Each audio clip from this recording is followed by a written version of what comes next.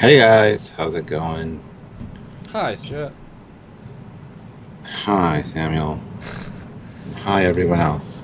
You're once again tinging. Tinging, yes. Onto the tinge, dear friends. Once more to Sarek, you might say. Yes, yes. We might say that. We have some super chats to start as well, which is great. So yeah, hope you all had a So, lovely weekend. We uh, had I we had a yeah. curry. Anything memorable on your end, Stuart?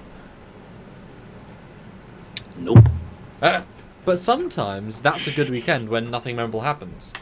You can Exactly. reset the buffers and the circuitry, and it's like meditating for Sarek, not Sarek. You'll fly a VR X-wing starfighter game, and he'll just sit in a room silently. Both want a meditation, just different sorts. Mm, Speaking of games, I pre-ordered Star Wars Squadrons today. I know that was my reference.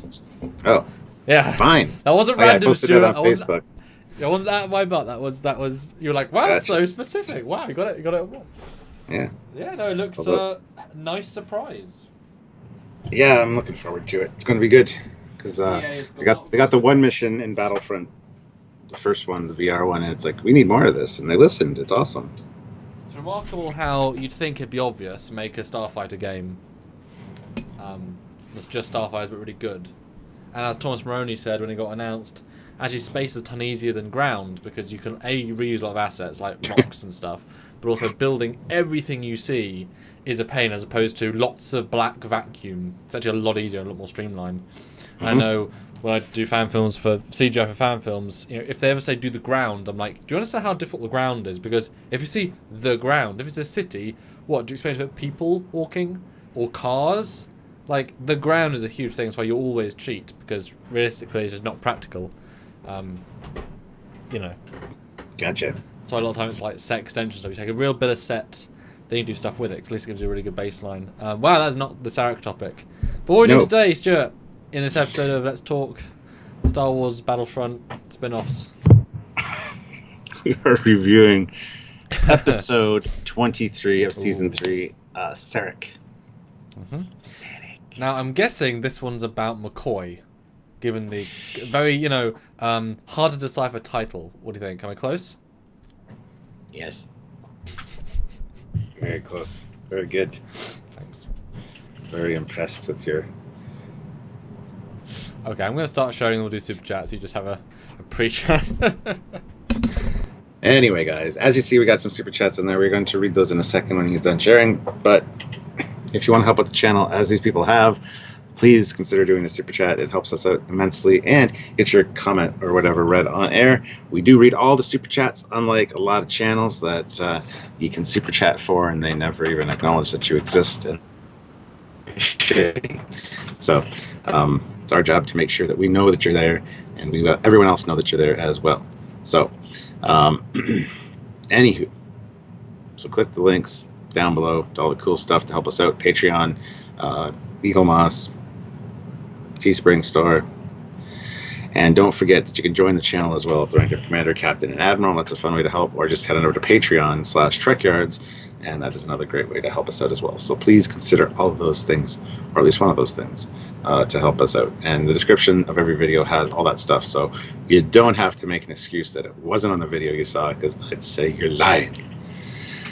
But yeah, super chats during these lives are really fun. As you see, we've got a bunch already, which is great. The regular viewers and chatters are coming through, so appreciate that, guys. Everybody, also another way to help out is just hit that like button. We got 53 people here. We should get 50 likes easily. Just make sure you hit that like button, and if you have another account and you want to go, hit the like button from that, do that as well. I'm not saying you should, because that's cheating, but so, anywho, yeah. So yeah, we're episode 23. We only have a few more episodes left in this season, and then it's going to be time for the season finale live extravaganza, which will, go through our review scores and, see if we can remember what we said. Whether now that we've seen the entire season, so that's coming up, and we will announce that and have a good episode on a weekend where we talk about that kind of stuff. So, anywho, I'm back. I know you are. It's time to celebrate those that celebrate us in supporting us to talk about this. Yes, let's get to the super chats. Not a banned account puts in $5. When suffering from the mind meld, why does Picard only cry about not being loving to Amanda, Perrin, and Spock? Did Sarek not love Cyborg and Michael? He did not. He did not. He hated them, and he should have been ragey. He should have been like, Michael! The only mutineer for 100 years of Federation history! Who went to the future? In her. No, it's another little continuity gaffe of Discovery, because here's another explanation. Cyborg I can understand not mentioning, because he didn't love Cyborg, potentially. Like, for all they'd done. Because you can sort of fall in love with a kid. It's rare, but, Vulcans are passionate. Whereas if he loved, he certainly had a lot of affection for Michael, especially compared to, Spock. Because they actually talked for 20 years, or 10 years, or 5, Big part of his life. You'd think it'd be mentioned. Yep. But moving along.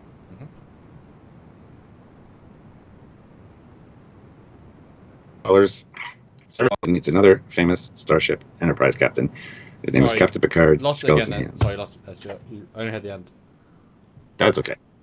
All right, so I'll just... Sarek of Vulcan meets another famous Starship Enterprise captain. His name is Captain Picard. Skeleton hands. That is, yep. Captain Picard.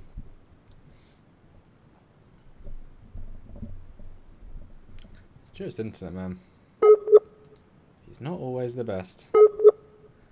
I'm trying, guys.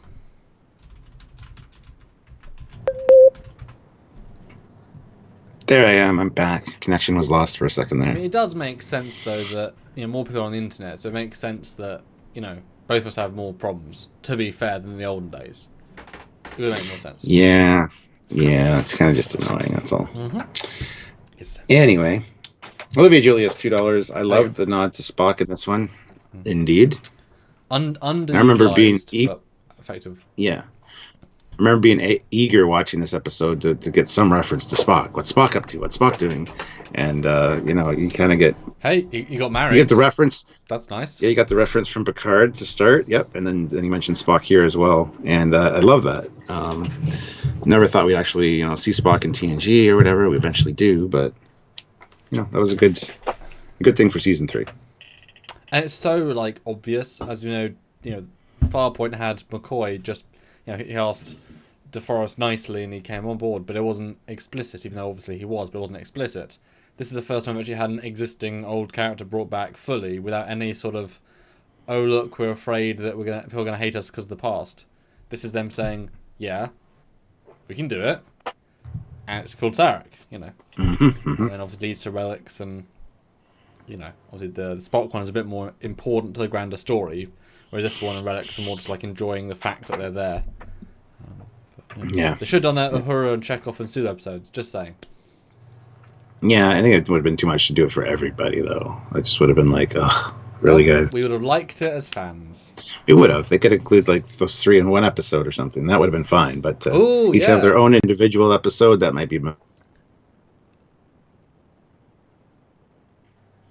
Yeah, they should have done, a holodeck episode. And I'm back. They should have done, a holodeck holonovel of, the... Wouldn't that have been a great, I know of that for Star Trek 6, but if Spock had done... If Leonard had done his bit for Star Trek 3, for Star Trek 6, they could have used the Enterprise A sets, flashback, brought Picard onto the A set, and you have all 3 of the others all in the same, setting, and Picard gets to deal with them all, and...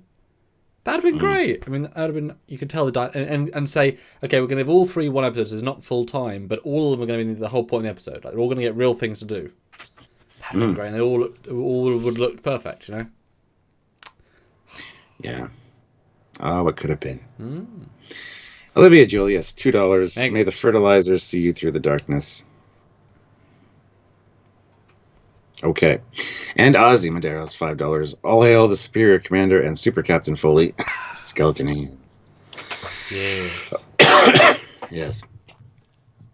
All right, guys. So there you go. See, all those awesome people super chatted. If you feel like super chatting, please do so. Also, hit the like button. We're now up to 75 people here, which is awesome. So click the like button and get the likes up. And like I said earlier, you can kind of cheat if you have 2 accounts. Go to the other account and click like again. But as you guys know, super chats are super important. And we rely on them very much. But Stuart, what is your overall general thoughts of Sarek? Almost the end of season 3, the best season, as said by many people. Honestly, just kind of meh.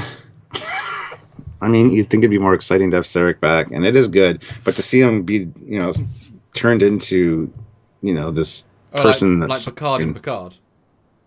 Oh yeah, there's a great line that Picard says on the bridge, which I'm going to get into, talking about how time. Anyway, we'll get into that.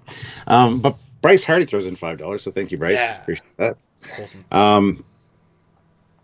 But yeah, I mean, it's kind of a shame this episode to see him like that, and he got remarried, which is interesting, to another human, which is also interesting. He's got a type. He's got a type, yeah.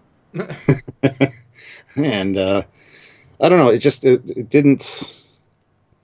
I love that it connected the 2 eras together very well, and they talk about his past feats and how amazing of an ambassador he is, and I love that. But it was just kind of an episode for me. I know later when we see him, it's even worse. He's on his way out, kind of thing. Well, that's a cameo, ostensibly. Yeah. But he does say to Picard in this one, I don't think I'll see you again. But I don't know. It ties Picard and Sarek together. Burnham. Oh, yeah, sorry. and it ties. I was going to say it ties Picard to anybody that Sarek's known, essentially. So the original crew, there's a lot of potential there. Because there's going to be mind meld juice of Michael Burnham in Sarek's head, which then transferred to Picard's head. So. Yes. Discovery. Look that up. Oh, it doesn't exist. What? Do an investigation. Now, no. Do you think? Yeah. Do you feel it meh because nothing particularly happens, or because it wasn't interesting enough, or because the acting's not good enough? Or is it everything put together is a bit mediocre? Can you try and pinpoint why? Because there's a lot of stuff here. The acting's good. The fact that we don't see the race that they're going to, the Ligarians, the mysterious race, they make a big point of this, that they've been in talks for 95 years or whatever. This is a big deal. The fact we don't see that, we just kind of get a glazed over. Oh yeah, it was successful. That kind of bugs me a little bit. Not a huge issue, I guess, but I don't know, honestly. Maybe I'll suss it out once we talk about it. What it's lacking. It's kind of like it's a long cameo episode, is what it is, and she's not really Sarek. I don't know. There's something else I was going to say there, but I can't remember. Yeah, I don't know what it is specifically. It's just kind of one of those. It's all right. I neither hate it nor love it. So. 1 second, got to deal with the thing. Sorry about this. 1 second. Not a problem. Trying to think what else to. What the thing I was going to say was. Oh yes, the hate. The hate plague, as it's kind of is. The hate plague was a thing in Transformers for the Return of Optimus Prime, and it's been used many times before, kind of in the same way. So this kind of has that on there as well. Like, it's something that I've seen before in different media. With the Transformers, it's a little bit different. You have to touch the person, and then it spreads. It's kind of like in The Naked Now.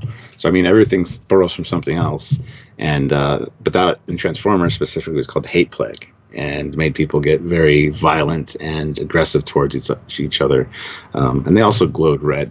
But so it's something that we've kind of seen, or I've seen before. So when I see this episode, I kind of think back to that stuff that I relate it to, and so it's kind of just meh for me. I think it could have been done a little bit better. I don't know how. I'm not a writer, but Okie dokie. Yeah. So it's interesting. As I think you remember, I said this one didn't ever. This one in my brain is a less good one, but it's better than I remember. Which means I was going with lower expectations. Now, did you go in thinking you liked it, or thinking you were meh on it, or being excited to see it again? I was going in remembering nothing about it except that he cries at a concert, and I can't remember the rest. Okay. So I went in thinking it'd be less good. So I was pleasantly surprised. It's a very interestingly built episode because it's called Sarek, but it's not necessarily about him per se, and that it is, but it's a structured story of he's in it a little bit. Same with Picard. Those are the two heroes of the tale. Those two people get the big epic last act to play off each other, and they do tremendously well, very very well. But they're only peppered in a little bit throughout, so that when you then get to the payoff scenes, they're so strong. It's kind of a build to it. But obviously, as fans of these characters, you want to see him from the start. You want to see Sarek, and so seeing 25 minutes of barely anything, and then the last third you get a lot. It's like you're not as a fan. What do you want to see? But as a story, it's a very well framed story. It makes sense. It's interesting. It takes turns. The seeing the crew fight is very interesting, and they act that tremendously well. I think Mark Glenn does a tremendous job being a emotionless, emotionful, breaking down like levels upon levels, and he does a really, really excellent job. And it's almost hard to watch him sometimes in this episode. It's a functional story over an homage story. This is a story first rather than it's Sarek, him being him. Like they've made up how many? Like remember the time we got in season 1, the other ambassador. He had the same credentials, ostensibly, they made him up. So they've done episodes with the same ambassador level. They could have made up a new guy and the exact same story. You know what I mean? Like with Waxana, same thing. Mm-hmm. But it is Sarek, but he's not it could be anyone else. So it's kind of nice in that way. Whereas Relics, it has to be Scotty for it to work. This is a real story that happens to be Sarek, and you get the payoff moments, but it's story first rather than look at Thawek. Where? But I don't think there's enough Sarek in this episode to constitute. I think as an episode, if it was just another ambassador, there's not enough story to tell. They put Sarek in there to kind of buffer the lack of story. To look, it's Sarek. No, I guarantee it was. We want to get Mark Leonard. How can we do it? Well, he's old. I guarantee it wasn't that way around. But I know. I'm just saying, if you put another ambassador in this role in this episode, it'd just be an awful episode. It just wouldn't be great. But that's why they're one and the same story. But I mean, they're not relying on the fact that it's Sarek to drive the story. It's not it's not a cameo Easter eggy episode. It's he's a real character, which is sad, as I said. How we get him later on. This is him being real. That said, he's not really being Sarek, although he is trying to be Sarek most of the time. It's tricky because he does hold on for the most part, and yet you still see him. Yeah, we got a few super chats. Jeff Jacobs 260 got our quick 50. Nicely done. I'll see you at 100. So everybody hit that like button. We have 99 people now. We should get to 100, no problem. Fat Produce $5. Have you all read the novel Sarek? It's also on Audible. So far, it seems to be a pretty fun post Undiscovered Country TMP novel. I have not read it, and I would like to. So I think I have, but I don't know anything about it. I know I've listened to Mark Leonard read a couple of books. I got a few of those he's read, but I don't think Sarek's one of them. Yeah, I don't remember. But I do like this episode more than I remember. I think more for its clever construction and well integrated story and the acting. But as with all of our heroes, it's like if you're going to see him, let's see him well.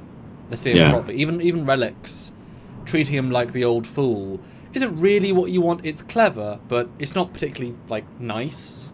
Yeah. And then the way Spock's used in the other one, the one he's in, I hate those two. I think they're shit. Wow, that's how you use the Spock character? What a waste. Good job, TNG, really effed that up. Whereas flashbacks using Sulu is perfect. That's spot on. This is a good hybrid of real story, good characterization. It's just hard to see. It would have been almost nicer if he had been infected by something. If he'd been poisoned, say the Langrasian delegate was already there, and they poisoned him so that he would say the wrong thing. So he starts off Sarek, then he then they say, oh, it must be this syndrome, but actually no, it's not. He's been infected. That'd been kind of nice. You still get the same acting, although it'd have less, realness to it. Yeah. Well, Zeraxis also puts another $5. Says, weirdly immemorable episode despite what's involved. Also, afternoon you two. Afternoon chat. Hello. Doing well. Good to see you, Zeraxis. ISFJ009 puts in $5. Picard mind melds with both Spock and Sarek, and with each mind meld, you see the emotions and genuine love shared deep down between father and son. Absolutely. And Eravik Sonder puts in $5. Data's fake violin playing always makes me laugh. His painting in Picard was funny too. To be fair, I'm a violinist. Well, yeah, because it's funny because during that scene, I'm like, does he actually know some of the chords to do or whatever? But I guess not. So there you go. Yeah, I was. Thank you for putting that in, Eravik. Now, did you get the sense that he had like a few lessons in prep? Because he looked confident, and considering he's playing a character who's perfect, knowing that he must at least look about as good as the other people, like, did he at least like fool in the sense of he was acting a part, even if he couldn't necessarily play? Because I think he did very well considering. And they use him appropriately, not all the time, but he feels flawless. Cool. All right, let's jump in. And I like how immediate it is. Look, we're getting Sarek, and we're at Vulcan. It's like, oh wow, TOS much. And yes, there is water on Vulcan. It's apparently all brown except the water. All yellow anyway. But how special is that to be at Vulcan? Like, that never happens again in TNG. Oh no, except I guess for the second part of this, but yeah. Very rare. Yeah. Yeah, so they're going to do this. They need to pick up the ambassador because they need to negotiate a treaty with the Ligarians, a mysterious race. And they're beaming aboard Sarek and his entourage and his wife, Perrin. And they're just talking about they studied his career in school, and they go through all the treaties that he did. He'll even help with the Klingon alliance, which is cool. Did they mention that? And then didn't hear him say that. Yeah, yeah. Riker says the Treaty of Alpha Cygnus 9, the Corridon Ascension, and the Klingon alliance. And Corridon's funny because Corridon's the Romulan War, and that planet is, and I've shown Corridon several times in fan films. Literally, several people have asked for it. It's like, why do you keep asking for Corridon? Why is so special? Well, because all this stuff. And Stuart, what a terrible uniform. Like, it looks awful on them. What were they thinking? Like, it's just, top part looks good, but yeah. I mean, just it's like a 1 out of 10. It's probably one of the worst here. And the scant's better. Just embarrassing. Yeah, but then we find out that Picard actually met him once at his son's wedding. Yeah, he was like, he didn't know what to say. He's like standing in the presence of history. Why was he invited to Spock's wedding? I don't know. Although I think you've got to kind of extrapolate from that. Spock was clearly never married, given the fact it was never mentioned. He went through a portal, didn't tell JJ Spock, my wife and Chuck, Now it could be Perrin's son from a different marriage. Maybe. Or maybe it could be, yeah. Because it can't be Amanda, because that was too long ago. That would make sense. So if Perrin, you'd almost like him more if he fell in love with a... Maybe Sybok got married. Maybe he came back to life and got married. And God brought him back! And he was... Yeah. But what a weird note, because this is... I mean, when is... Although this must have been... It would have been great if this was before Star Trek 2, and they're like, spoilers! Spock comes back! Jesus! When was this? Because didn't that seem weird to me? Oh, weird to people. It's like, really? You're going to name drop he got married? Really? Yeah, we just said his son. They didn't say Spock. So, but yeah, you automatically go to Spock at this point, yes. This is his only public son. There isn't much else. Yeah. So, 1990... And Star Trek 3 was... No, not that Star Trek 3. Okay, so that well pisses after... me off. Yeah, so well after Star Trek 3. So, yeah, so it's between Star Trek 5 and 6. Interesting.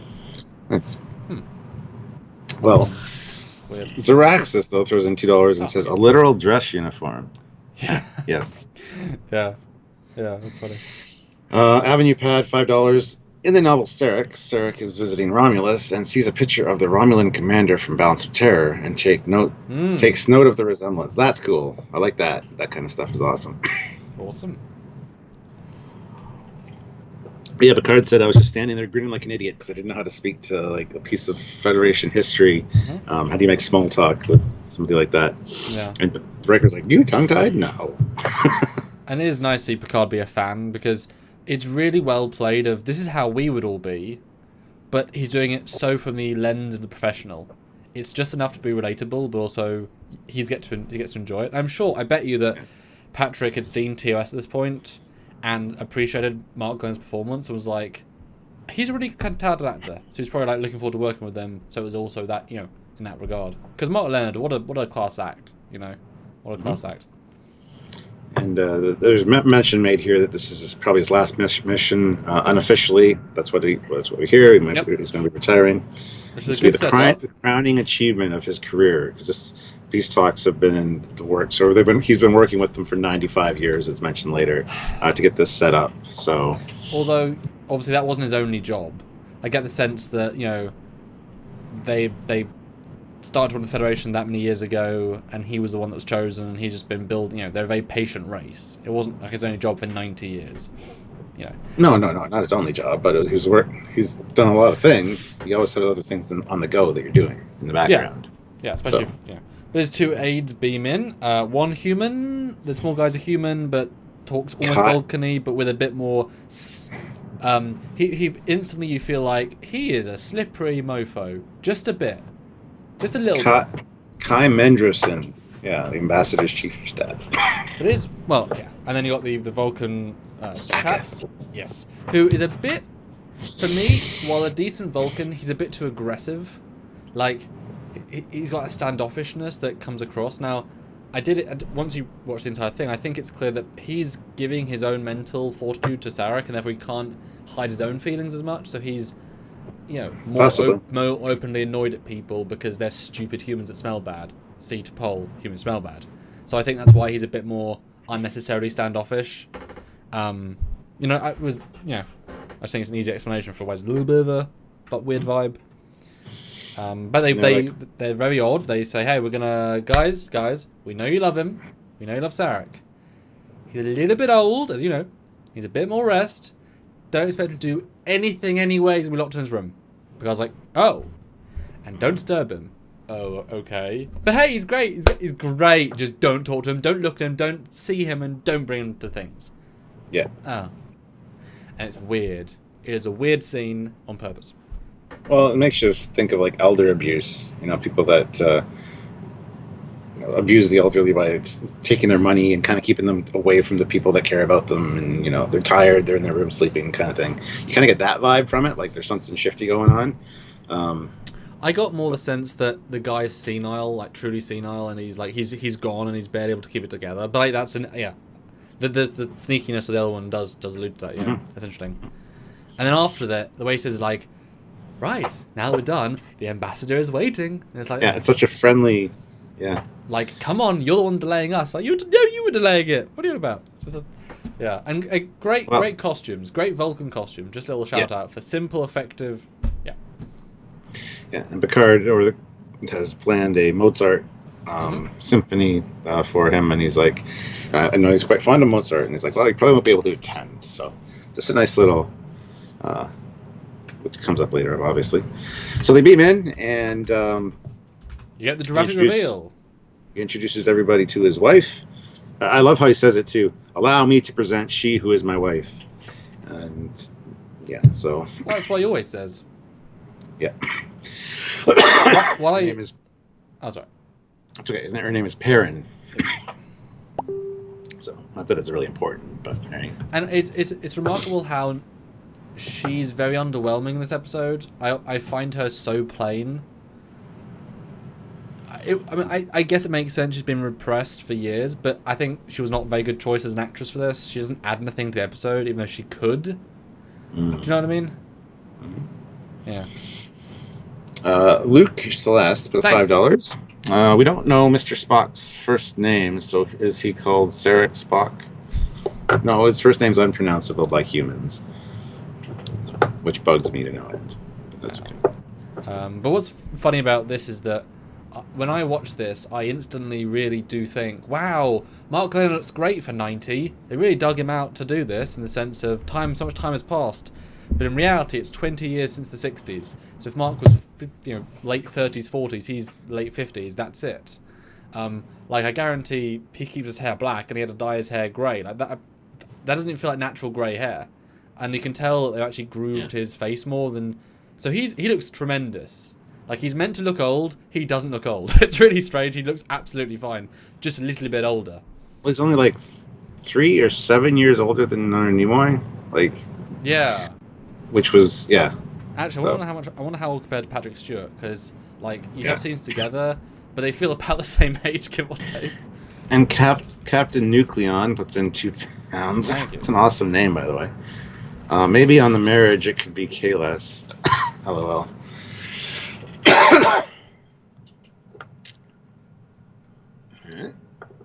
Don't understand, but that's okay. All right. And Christopher Wallen says, which Amanda do you like, though? Well, they're both played by the same actress, so... You mean Discovery. Oh.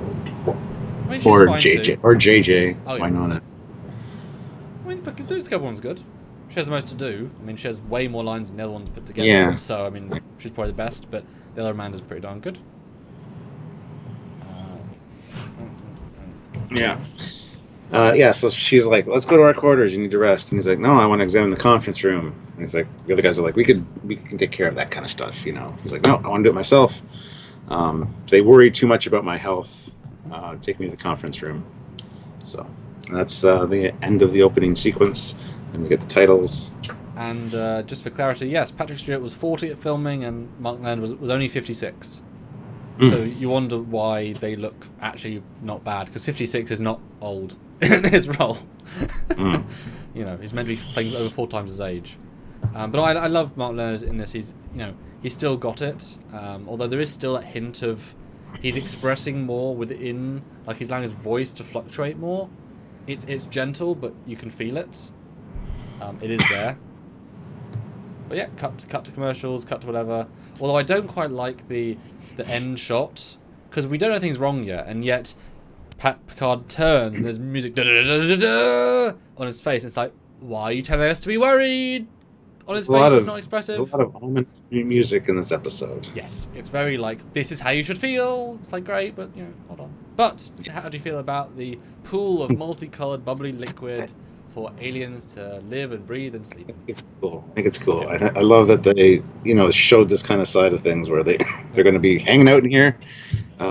And I think that's neat. We've actually talked about that. We used this scene in one of our episodes. We were talking, the Galaxy class, talking about the reconfigurable rooms, because a lot of the quarters can be changed atmospherically for whoever is visiting. So I was wondering which set is this, because I didn't quite recognize the walls. Like, it's not the briefing room, it's not the conference room. Same with the well, he's gone again. But same with the music hall. Like, which set was that? But I'll ask him. But I'll talk about that when it comes up. But yes, good room. I think it's just probably the cargo room or the shuttle bay redressed. Oh, like two walls redressed. Yeah, I would think so. Yeah, but yeah, and they got rid of the big hull deck door. Yeah, but Sarek walks in and is all like, "This is not finished, and you guys don't know anything about these people. Nothing on the walls, no furniture." Which is weird considering you'd think they'd read the brief. So I'm wondering if he was if he was wrong about that, or if they were just they were so not ready. They're not ready yet.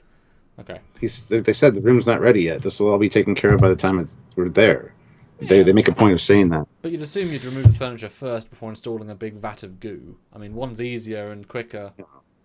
I disagree. Okay. It's probably both going on at the same time. The mover guys haven't come in yet. There's a lunch break and they don't done the first. You missed the whole Wesley has a date thing. Ah, sorry, yes. Stuart, Wesley has a date.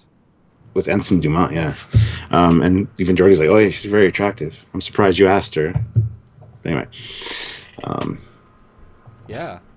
Yeah. So we find out that the Ligarians are very picky about protocol. So, and just before he leaves the room, he does the old man curmudgeon, the walls are too bright. Mm-hmm. Wow. Chill. And Picard's like, yeah, we're working on it. It's not done yet. Dude, this is It'll be ready by the time of the thing. Yeah. Because you do wonder how long. You get the sense they haven't been working on this very long. Not really. I mean, how long is the travel going to be? What, like 3 days, 7 days? There's a lot of hours to play with this. Yeah, exactly. This is where actually he says, I've worked for 93 years in preparation for this meeting, so it is vital that no detail be overlooked. Although while I like that sentiment, I find it a little bit funny because surely in every situation in diplomacy, everything must be perfect. Like, it's a bit redundant to say that. We've heard a few times that certain races are very, very particular, like the one in Enterprise, where Archer had to do that ritual with the logs because his dog peed on one of their trees, and Picard had to get the pronunciation of the greeting for the one in the Dixon Hill episode exactly. And otherwise, it's an insult to these people. Like, I understand that it's important for ambassadorial functions for everything to be perfect, but sometimes it's got to be more perfect just because of the culture. So yeah, I'm just saying. And here's a little fun reference, Stuart. Can you tell me what's on screen right now? No, because I can't see it yet. Captain Nucleon, 2 pounds. Thank you. # Enterprise Rainbow Bubble Bath.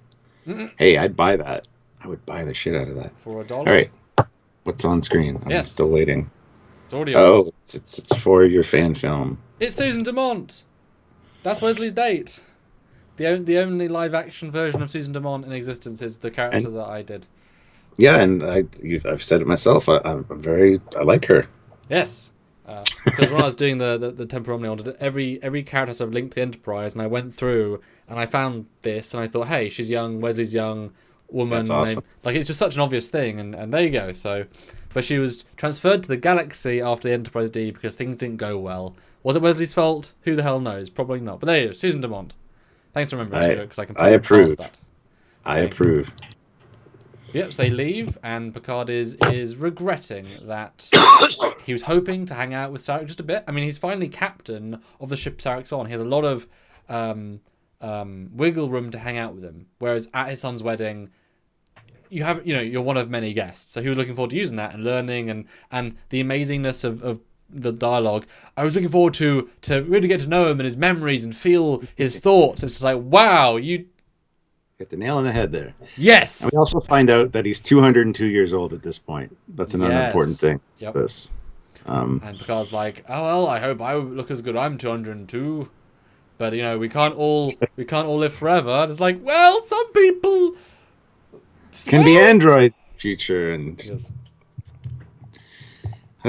Anyways.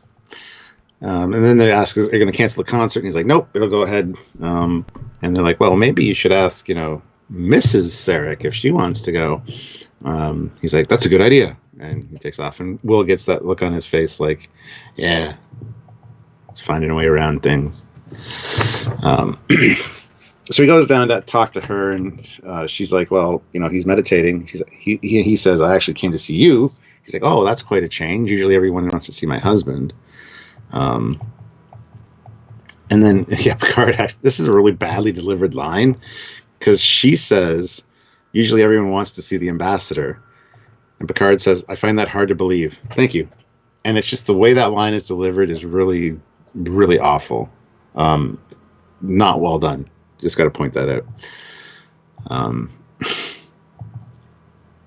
Anyway, she goes on to say that her and Sarek were pleased to find out that the negotiations were going to be taking place aboard the flagship of the Federation.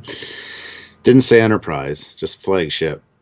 And I was blown away. She didn't say she was so proud to be diplomatic on like his son served.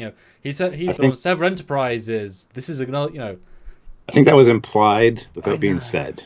It should have been said. Because he wouldn't say, "Oh, I want to go on the Enterprise because this is what my son served on." It'd be like, "Oh, yeah." Or he should have said, Sarek is pleased this is the third Enterprise he's served with. Like, something that simple would have been nice. Or the third Enterprise he'd worked diplomacy with. And what was the thing you just pointed on, sorry? I had to, again, deal with something the one-line delivery where she says that usually everyone wants to see the ambassador, and she points to a chair, and he's like, "I find that hard to believe. Thank you."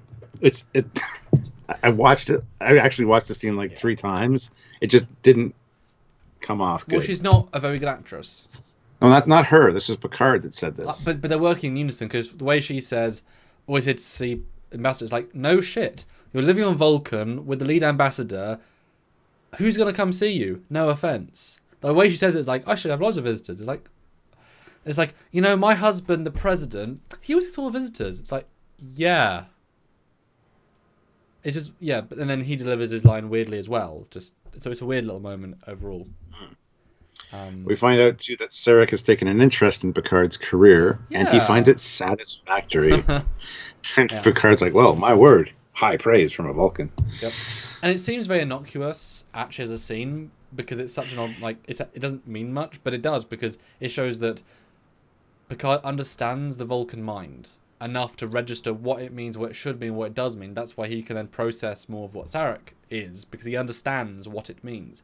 And a lot of people just don't get Vulcans, which is fine. They're complicated. And I do like the fact that that he's coming in to ask her, because even if he can't, you know, it's just fun to have any mini celebrity, you know, at a recital, because the recital's there to enjoy for everybody. If you want to go, please go. It's nice that he's, you know, it's even just a little bit, because I mean, talking to her, she can tell stories too, you know. Yeah. And also, one last note on the wife thing, though. I actually really appreciate Second Wife. It's such a small nod to, of course, Amanda died. That was 100 years ago. It's the same but different, and it's better than having an old woman actress who's like 99, because, you know. But it shows that Sarek is both. It shows Sarek's a really good guy, because he was able to remarry and have a nice life and look after people, and it was very well handled, you know. Sorry, just a bit of credit for that. And she says, well, we're not sure he'll be able to attend, but thank you very much. I will make a point to ask him. And then cut to the next scene, and it's just him trying to meditate. And she comes in, and they kind of reiterate the fact that he hasn't been able to meditate. It's eluded him for weeks now. Yeah, so there are issues going on. He can't meditate, and yeah, nothing major in that scene. So, but it's a good gentle setup, and you know instinctively, oh, this is not going to be, you know, this is not going to be good. Although you never really get a sense that Spock meditates that much. They kind of do brush over it. So hearing him meditate, I'm thinking, is that more of a rejuvenating, he's trying to keep himself together rather than a necessary thing? Kind of sense I get. Could be. Although again, every time I see Mark Leonard, though, it's like he's not that old. I can't help but see him. Like, he's not that old. Like, he should have been Nemesis, like, you know, 15 years later. Then he would look older. Olivia Julius, $5. It's been a long time, and Jeff still hasn't had to pay. Hit that like button and make Jeff pay. 113 of you here. Yes, guys, by all means, hit that like button. Let's get those likes up. So next thing, we're back in the tank room, and the lighting's now turned down. We find out the temperature of the tank's 150 degrees, and then all of a sudden, like, everything's fine dialogue-wise, and then all of a sudden, is that it? Can I go now? And then what's your hurry? You really don't think anything's going to happen with Dumont. At least I'm spending the night with the book. There she is, Susan Dumont. There you go. Yes. What do you mean? Just what it sounds like. You'd get more action out of a book. You'd get more action out of a book than on this date. Oh. She won't waste time on someone like you. Like me? She's out of your league. And now you're an expert on women? Well, compared to you, every male on this ship is an expert. At least I don't use women in the holodeck. It's basically a perfect little scene. It's funny as hell. I mean, yeah, it's just great. It's so well balanced. And then Riker comes in and he's like, "What the hell's going on?"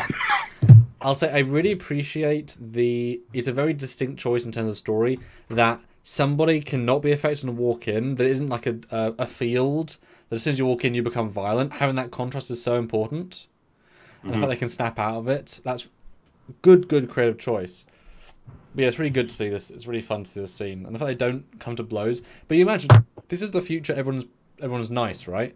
As soon as Riker walks in, the fact that he can feel the absolute, almost aggression tension, he knows these guys, this must be really bad. Like this is the most I've ever seen them be angry.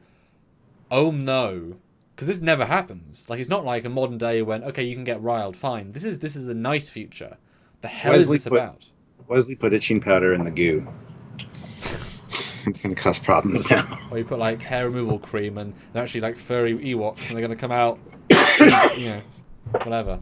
No, I like this scene. Wesley even says, I have permission to leave, and it just storms off before Riker says anything. It's like, wow. And Riker's like, anything you want to tell me, Geordi? And Geordi's like, no. No, he's like, no, sir. But Riker's like, I'm not going to push it, you know, because they didn't come to blows. It's just, it's interesting seeing pitch perfect acted. It wasn't one take. Wasn't it one long take as well, them yelling? I think it was. Yeah. Yeah, good stuff. Then now, okay, which is this room? I was trying to work out. It's not 10 forward, probably, unless it's a massive redress. So I think it is a massive redress. They put that one wall up, but I think it's 10 forward. But they had to remove the bar, the back painting, and I think they put the wall in front of that. Oh, okay, that'd be easier. But they'd remove the bar, all the chairs, and then and then put up a wall in front of before the. I think that's what they did. Yeah, because it completely changes the room feel. Like, it's really remarkable how much it does. And they use this a few times for, like, the theater and, you know, which I appreciate, so. I was just really impressed. Like, it's actually a nice looking room. Well, it starts out, Picard and Riker come in, they're talking about, Picard says, I noticed that Worf put Ensign D'Amato on report for insubordination. Yeah. They're talking about how good an officer he is, and, you know, Will's got to look into it. But I like how we, I think, as the audience, don't think that's anything major. It's like, okay, that's a bit shitty, but the way they say it is like, dude. And I was like, what? I like that. It's like, they're so professional, they're not going to mention how big it is until later with Warp. It's like, that's a big deal. Mm-hmm. Yeah. And then, so he sits beside Beverly and he's like, good evening. You know, they're pleasantries. And then Riker does make a point of saying, you know, I checked in with Wesley and Geordi, and for a moment there, I thought they were going to hit each other. Again, building towards the what's going on. It's a good build. It's a really solid build. Eugene, 500 rubles. Hi, the episode is full of horrendous performances, especially in the first half, but all of it swept away by the acting of Picard and Sarek. Yeah. Yeah, the last I was going to say, the is... acting's not that bad from them. No. Yeah. Well, I mean, the whole episode is unstable like the people. But yeah, then Sarek walks in, and it's a genuine surprise. I don't even think the audience thought this. Like, us, the audience. It's like, well, it's going to be something else, you know? But yeah, they all come in, the entourage, and I like the slimy way the guy says, the ambassador had more free time than we thought. And it's like, oh. And he didn't have it like that. It was a genuine, like, smile. Like, he's actually doing well. Wait, who? Okay, I thought slime. It wasn't a smirmy, slimy smile. No, it wasn't. I was looking for that. It was very genuine. Very genuine. Okay. Maybe the Vulcan, other Vulcan guy said, no, I can stabilize him, we'll be fine. Yeah. Okay. Yep. Okay. That's exactly the feeling that I get, yeah. Yeah, he says, yeah, my wife suggested this. She can be quite logical when she chooses. Yeah. Snap. It's a nice little scene, and I like Picard's like, this is awesome. Just in his eyes, like, yeah. I got, Leonard Nimoy to come to my house and play darts. Yeah. Yeah. So, yeah, Data asks, like 300 performances of violence, what would you like? And they pick one, and there's a concert that happens. And then we see, and then we see Sarek cry. It's actually Titaglia, but that's okay. Yeah, I did write that, just couldn't read my own handwriting because it's not really a word, What's a name? Well, it's not really a name. Titaglia, yeah, it is. I'm sure it's isn't it? Oh, isn't it an alien Vulcan name? No. Oh, is that a real person? Yeah, I think so. Same with Heffitz, and ask the violinist. Oh, but they like to throw in alien names too, so I assume they're going to alien. I know. Anyway, who cares? What made me laugh about this little scene is that, and actually, this was pointed out to me, that clearly they hired 3 musicians and Brent Spiner, because I look at that old guy and he shouldn't be like, given this is the future, he's probably like 80. in terms of the universe, and I was hoping to look at his pips and see if he's just like a lieutenant, because some guys, some officers can still be really young, but the fact that he's this age and he's not an admiral, I mean, again, most people aren't, but it's very unusual to see that older person still at a lower rank. That's because he's genuinely just a violin player who they got to come in and put in a uniform, which I like the little meta thing there. He's probably just a good violin player. And it's a nice violin. Like, I actually like the song they play. I don't know if I could listen to violin for 2 hours, but as a set of music, it's lovely. And the way they just embrace the music is good. It builds very well. We get to see Troy be empathetic, and obviously we know what's coming on. It's well built. Mm-hmm. Well, I do think Sarek cries too subtly until that tear, because you can't see, even in HD, it's really hard to see him. Like, his eyes aren't tearing. It looks like a CG tear. It doesn't look real. Yeah, well, yeah, the way he's static as well. Yeah, it's a weird one. Like, he's clearly not in the same set or something. Like, they did something to make him cry, but it's like a single tear. It's more just the face I like, rather than the actual tear itself. But it's sweet. I like the fact that Sarek can enjoy this. And, for as bad as this illness is, he got to be moved by music. There's value in that. Mm-hmm. If he wasn't also prone to anger as well, there's value in this. And yeah. Yeah, so they get up and leave. There you go. Next scene. Hi, Mom. You wanted to see me? Yeah, bitch. What? I thought you were going to be at the concert. I said I may be going. Suzanne wanted to go to the Arboretum. Captain Picard asked me where you were. I don't like making excuses.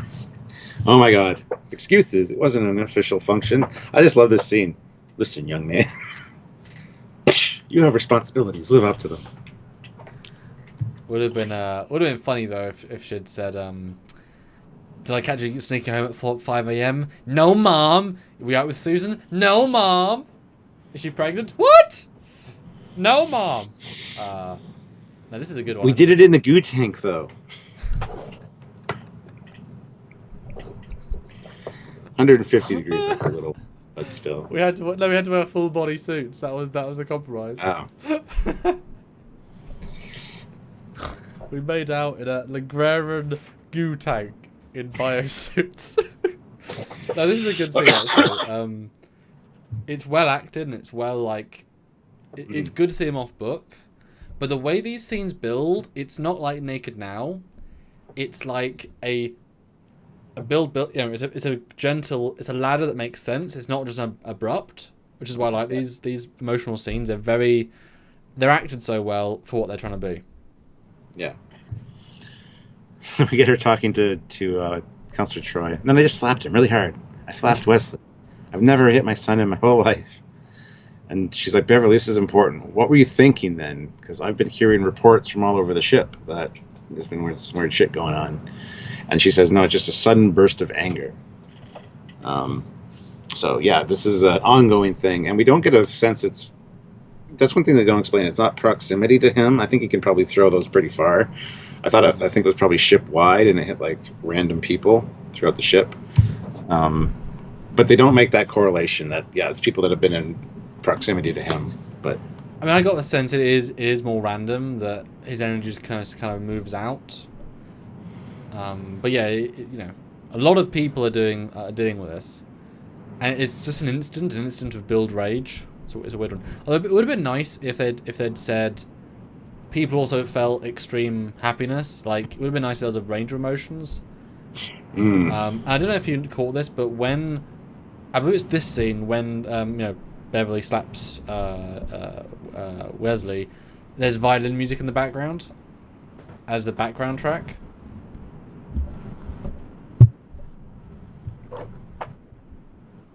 Did you catch that? No, you cut out. I don't know if you caught this, but I think it was in this scene or the next one. There's actually violin music playing as the incidental music in the background of the emotive build-up scene. Which I'm assuming is linking to the fact that Sarek just heard violin music. That's what I'm saying. It would have been nice if each time we get one of these cutaways, it had... So same scene, it had Beverly break down in tears with the subtle violin music playing, because each time Sarek has a strong emotion, it radiates out, rather than always anger. Because that felt a bit sad to me. Like, why is it always anger? Should have been something. Then you could have had like Naked Now, a really horny scene, a really sad scene, a really strong scene, a really prideful scene, a really I love you scene. That would have been fun actually. That would have been a good payoff. You should have had Sarek say to Amanda, or like a scene with them say, oh no, man, sorry, wow, Freudian slip, whatever her name is, Perrin, thank you. Say, can't say I love you, and then we see Wesley with Susan and him say I love you, and she's like first date, and they kiss, and it's like, oh, I love you too, really? Wait, no, what?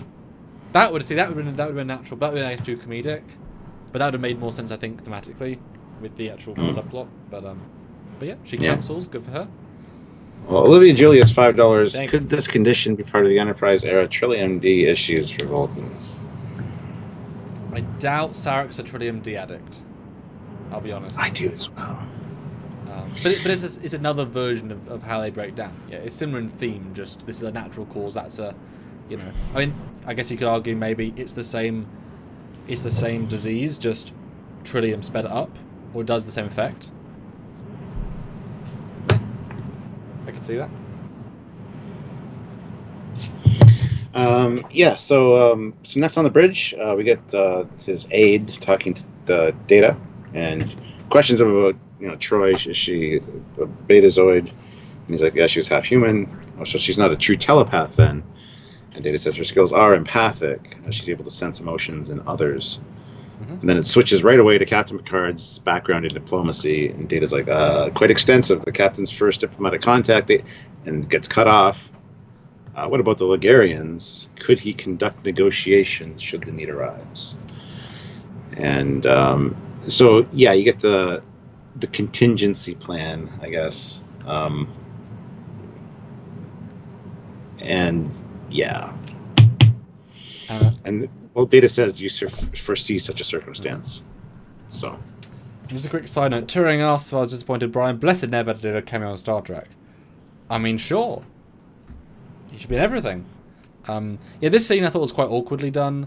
Like, as a Vulcan, he's not particularly smart, because this line of questioning is obvious and out of the blue, and it's very, very inorganic for the scene. Again, he's focusing on keeping Sarek together while he's having this conversation. I can see he's on the bridge, Sarek's in his quarters. You can come to that. But do you know what I mean? Do you know what vibe? Yes, I absolutely know what you mean. Yes. But I also I absolutely love when we just watch it in single, the fact that unemotional Data talks to unemotional Vulcan, and how they're not, like, it's a sparring match, and later on when they talk again, it's just a chess game of conversation, because each one is trying to out-logic and think each other. I just love and I'm sure as an actor, Brent's like, so I've got an actor not emotional, it's a non-emotional guy. Not a lot to work with here. But it's actually got a fun vibe to it. I kind of wish we'd had more. Because, Spock is quite emotionful, so when Data and him talk, there's plenty there. This is far more, like, flat, which I quite liked. Jeff Jacobs, $2. 100 sweet, made me pay 150. Crying Vulcan's tears. Yeah. And Eugene, 250 rubles. Are you sure those three were magicians? That wasn't Mozart anyway. Well, not sure about anything, but generally, yeah, they would have hired real musicians, because every time you see any musicians on the show, it's never a character you see again. Well, and they look like magicians, magicians, musicians. You know what I mean? They have that formal look to them. Because we know the best people to play musicians on stage are magicians acting musicians. That's very true. That's very true. It's one of those classic tricks. And best people to play magicians are serial killers who've been in their role in theatre. So you've got to get a theatre, especially the cutting the people killer in the box thing. See, that links together. But you've got to get him from a pantomime serial killer is the best to play a magician. All the sensibilities of what killer. But speaking of serial fighting, I actually really like this scene. I like the vibe, and you never get a sense of division, because this is so obvious. Yellow shirt versus blue shirt. I mean, they've got so different jobs, because you're being subsetted into different roles, especially if O'Brien's friends are technicians too, and say it's a doctor. Like, they're going to have very specific mindsets. So I like the idea of, not everyone connects, and you might have some clashes. So I really actually like the scene. I wish we kind of seen some more, some departments don't get on well with each other. It's just a thing, Don't know if it was deliberate, but I quite like this the idea of this little scene, and I think it's well acted. And the fact that Geordie's like, guys, guys, this is meaningless.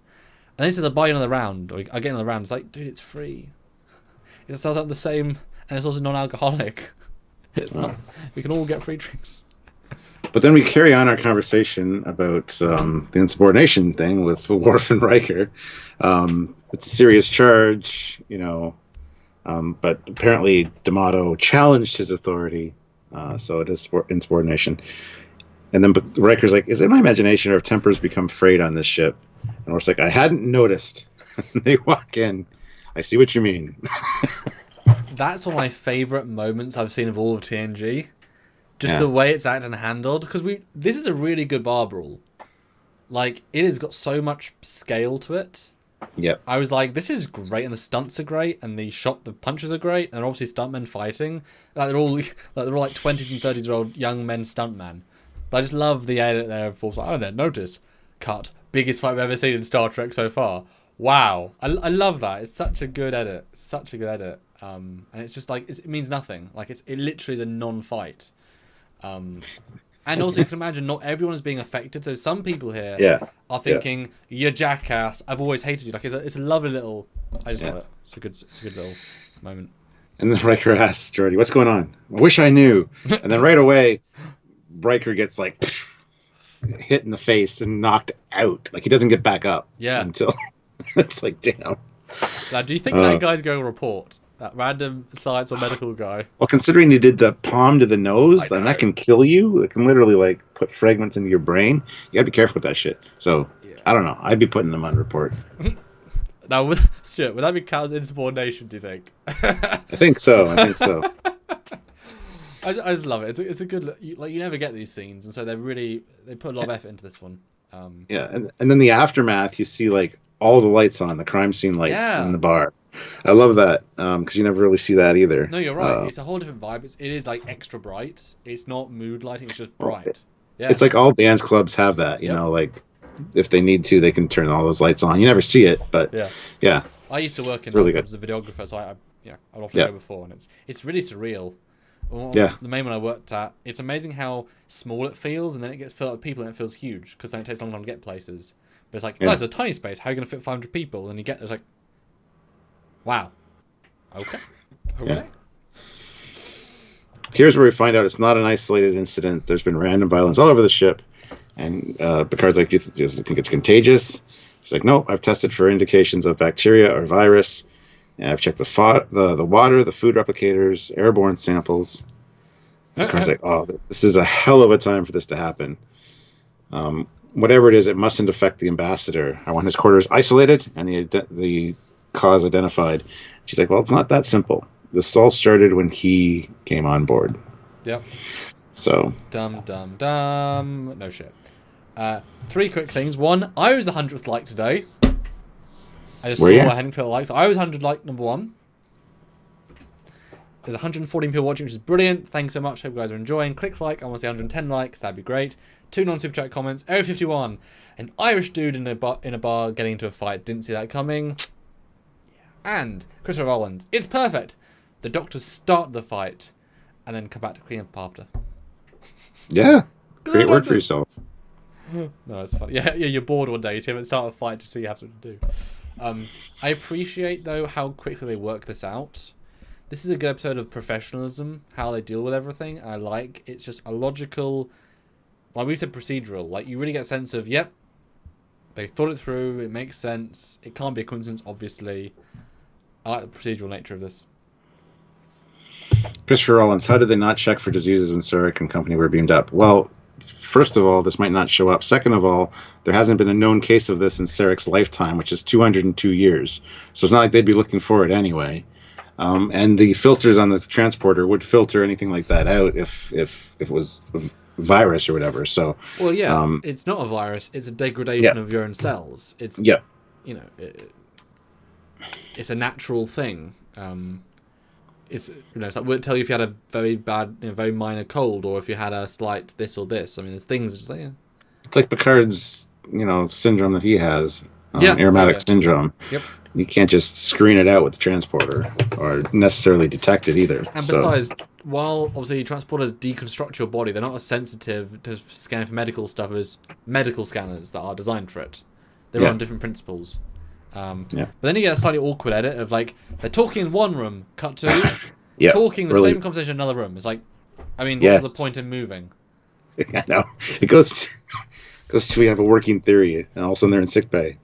And it's the same conversation. It's a pointless scene change. I don't know why I did it.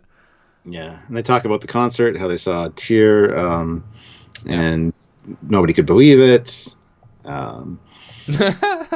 Ross says, and that's why I don't let O'Brien out of the transporter room. Yeah. I was happy for him, though, because that's one of the first times he's been on that set. So I felt good for... So, this situation, or this condition that Sarek has, only affects Vulcans over the age of 200. He's 202. Yes. And there hasn't been a Bendai syndrome, is what it's called. And early symptoms include sudden bursts of emotions, mostly irrational anger. I think that's why it's all anger, because this is early stages of the disease. And that's so the death emotion that gets through. Yeah. But eventually all emotional control is lost. Yeah. And Picard's like, I couldn't imagine anything more offensive to a Vulcan, losing their emotional detachment. And this is the start of where Patrick Stewart really starts to take over as really solid acting. Yes. Like, this is one of his, not heroes, but, icons of his own. He's a diplomat. This is an epic diplomat. So, it's almost his line of work. So he's like, he really feels this guy, and I really appreciate that. You really sense it in the performance. But I know that not Amanda, Perrin. Yep, Perrin. She says it was so gradual. 2 years gradual. I'm guessing that makes sense. I'm fine with that. And they did explicitly say we can keep them together, but this mission is too much. So it is early stages. This is just pushing it to the extreme. So there's a lot of... because he's fatigued and he's stressed. And he can't meditate, which has been 2 weeks. So that's probably from nerves, I would assume. So there's lots of things all at the same time. He just can't keep it together. Although I did get the sense, might just be me, that when they say no cases, I thought confirmed cases. Because how many Vulcans would... admit this?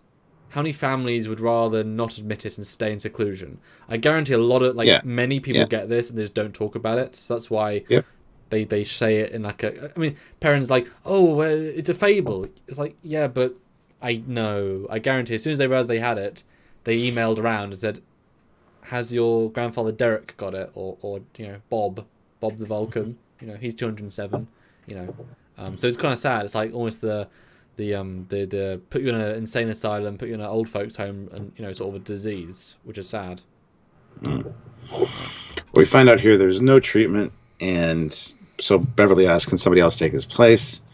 Picard's like, no, Sarek has built a personal relationship with them, and they will accept no one else, as has happened a lot of times with these negotiations. Pretty much every time, yeah.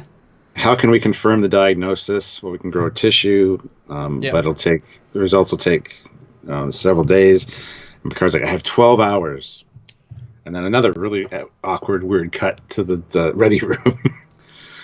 To the human guy. He's like, that's impossible. I can't delay the conference. Not for a day, not for an hour. The schedule itself required 3 months of negotiations. And then he keeps cutting Picard off. Picard keeps trying to say something. He keeps cutting him off. He says the ambassador's in perfect health. And then your theory is full of holes. So you won't let Picard get a word in edgewise. Why am I not affected by this supposed condition? What about his wife? Well, how can she function normally if your theory is correct? He's got a script prepared, is what you can tell. Yep. And Picard's like, I can't explain that. Hundreds have not been affected. I have not. It appears to be random. Proximity apparently has no bearing on this phenomenon. So there you go. It's like just lashing about the ship. And quick thing, James McGill seems flabbergasted that Mark Leonard played a Klingon. Yes, it was in the motion picture. He was a Klingon commander for some reason who was like, sure, yeah, and dies at the start. Almost dies. Sort of dies. In heavy makeup. For some reason. I don't know. Why not? You can't tell it's him, but it's okay. He's only one of 2 actors to play a Romulan, Klingon, and Vulcan. Yes, something like that. This actor, and he was the first. So. Yes, yeah. Well, considering TS, TMP, and then What was the other one? I said Klingon. Oh yeah, but we do. But I guess TOS, and TMB. I guess yeah. Yeah. Two. Yeah. Yeah. The cut isn't good here either, but it does make sense because now we're getting confused. So to give us more sporadic edit. But this guy still confuses me. His vibe, I don't know what he's going for. I guess his manager, in essence, like a business manager. But like, even the sense like the hiding his eyes. Like, is he a Vulcan? Like, he feels like a Vulcan-ish. Like, in the way you can't see his ears. But he's not Vulcan, but he sort of feels like one, but also not. But he's been around Vulcans for a long time, so it makes sense. He'd pick up some tricks and he'd be hired for different. He's an odd, interesting choice for this role. And he's giving this script, and I hate when he says, "I can absolutely guarantee he's fine." It's like, why are you lying? Like, yeah, and even later when he we'll get into that soon, but when he confronts the wife acts like she doesn't know, and then she did know. It just at that point when he's telling you it's a thing, you should be like, yeah, I knew about it. But anyway. Olivia Julius, $5. The Laughing Vulcan and His Dog song was about a Vulcan with the syndrome. $10 if you get that. The Laughing Dog, it does ring a bell. I know the Bilbo song, but not that. Yeah. But this is a decent scene. I mean, the fact is, they think it's Sarek. They don't know it's Sarek, and I love Picard's respect for it may not be, so let's not push it too far. But the difference being is that normally Sarek's people would say, okay, let's work it out. We'll do a test. Let's prove it's not. But they know it is. So they're fighting him like with a prepared script. So everything he'll say they can counter.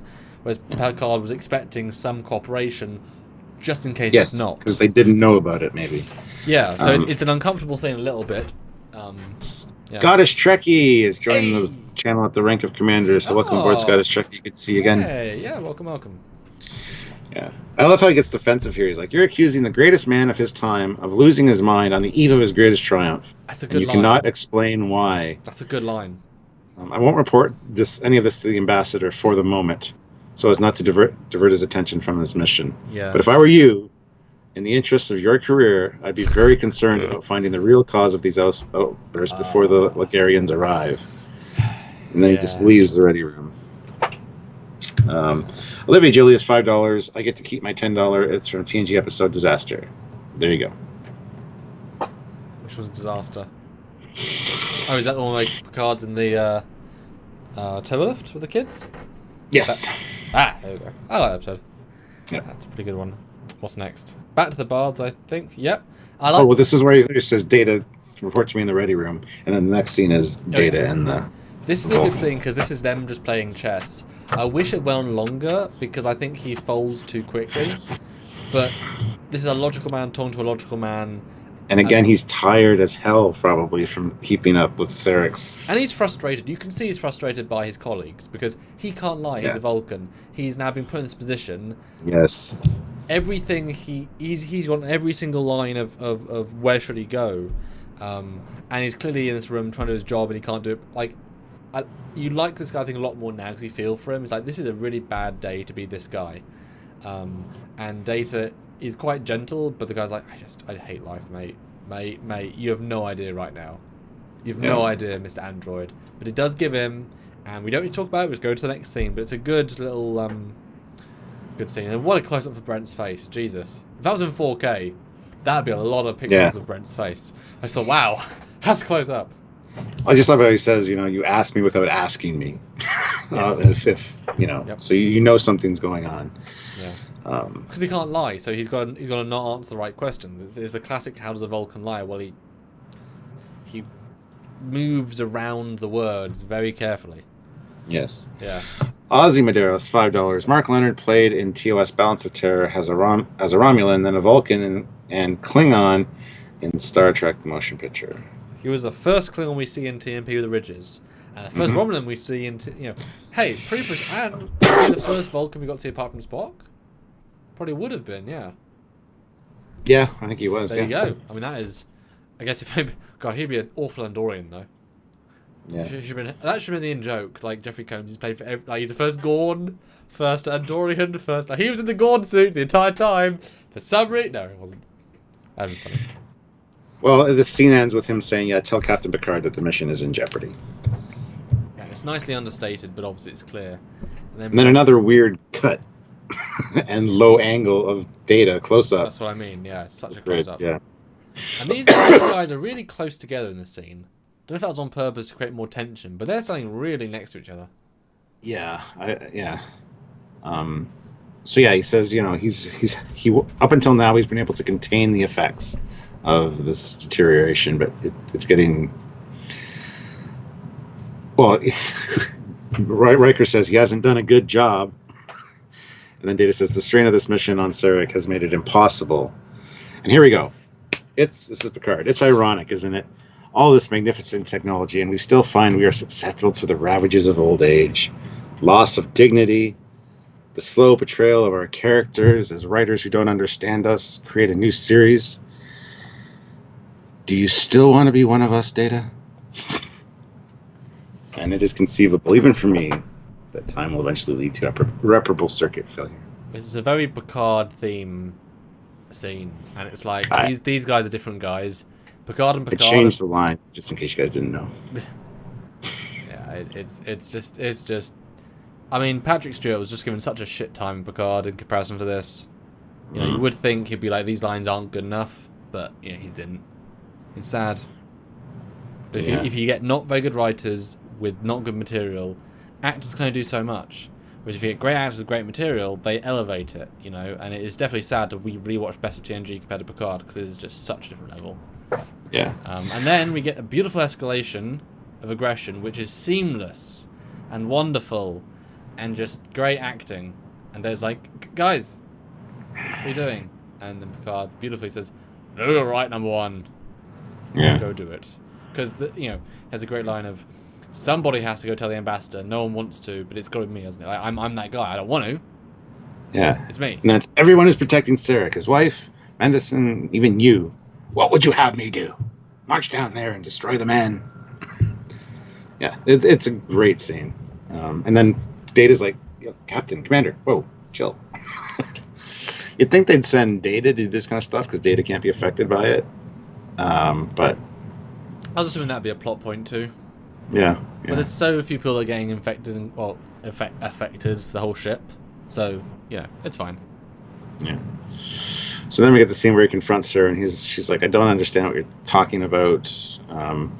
It's more of a folktale than a disease." Which is such a weird line. There hasn't been a true case. Yep. She says true case in my husband's lifetime. It feels like such a hollow scene. It's like he has the science documents to prove it's the thing that happens, and you're telling me it's a folktale. You're smarter than this. Come on. Yeah. I know it's all she's trying. Like, all she can do is grasp at straws, but it does feel a bit pathetic. Yeah. And then Sarek... He's like, what's his name? Has been holding his mind together. And she's like, that's not true. Yeah. He lays out the entire, he worked it out. And she's like, no. And she even says, he does not have Bendai syndrome, and that's the end of it. It's like, okay, well, you said so. And the way she says it, it's like, and then leave. And because, I mean, you can say that to me, sure. I'm still going to go back there because my ship, these are my quarters, and this is my ship. So, great, good for you. I'm still going there because this is my job and you're affecting my crew. So, go to the side, please. And she says, you mustn't do this to him as he walks in the room. Yep. And he's like, must not do what, my wife? No, I like that. It devolves right down to, no, please don't. He breaks her very quickly. James McGill, $2. My mind to your mind. Speak more about Star Trek. Yeah, always good. But yeah, then they talk about the Bendai syndrome a little bit, and he's like, I've been accused of many things in my life, never an excess of emotion. No, Sarek's great in this scene. He is being held together. Like, you can kind of tell when he's resetting a bit. And he's even like, surely there's a test for Bendai syndrome. Yeah. Let me take it. And Picard's like, no, it'll take a couple days, and we can't postpone the conference. It's all very gentle and building up. Because you can tell that, unlike other diseases, this isn't affecting his mind in terms of his intellect. Like, he's still mentally him. It's not like some human diseases which affect your judgment. It's the ability to maintain emotion. So if he's not in an emotional situation, he's still thinking like him. he's no less Sarek. It's just he can't keep, the build-ups from staying down. And Scottish Trekkie, there is no super chat from you. We did not forget your super chat. Oh, but we did say the thank you Yeah, for we the said commander. That was awesome. Join the ranks of the channel, but there's no super chat from you. Sorry. Yeah, then he says, I want to speak to Picard alone. Oh, no, after he dismisses the aide. Oh, yeah, he says, is this true?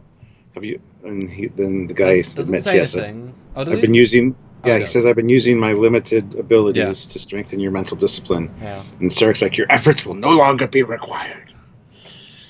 And then the other guy's like, that would not be wise. He goes, it may not be wise, but it is necessary. Leave me. And you feel the disappointment in both the men. One's disappointed he couldn't help more, one's disappointed that he had to do it without telling him. Yeah, it's a sad little moment. Although you don't really... if he can help him from across the ship, I think he's still going to help him from outside the door. You know what I mean? It's not like he doesn't have to touch him to keep him sane. Yeah. And Scottish Trekkie said he put in £5. Well, it didn't show up as a super chat, but if you want to just put your question or comment in the... I mean, do you see your super chat? Nope. I mean, does Scottish Trekkie see it? Oh. Because if you can see it and we don't, that's real weird. Stelio said it didn't post. We can't see it. So it says, yeah, there is a super chat. All it says is Scottish Trekkie is a new member. Welcome to Commander. That's all it says. And that's not a super chat. So we'll just ask the question or comment. We'll say it anyway. Yes. But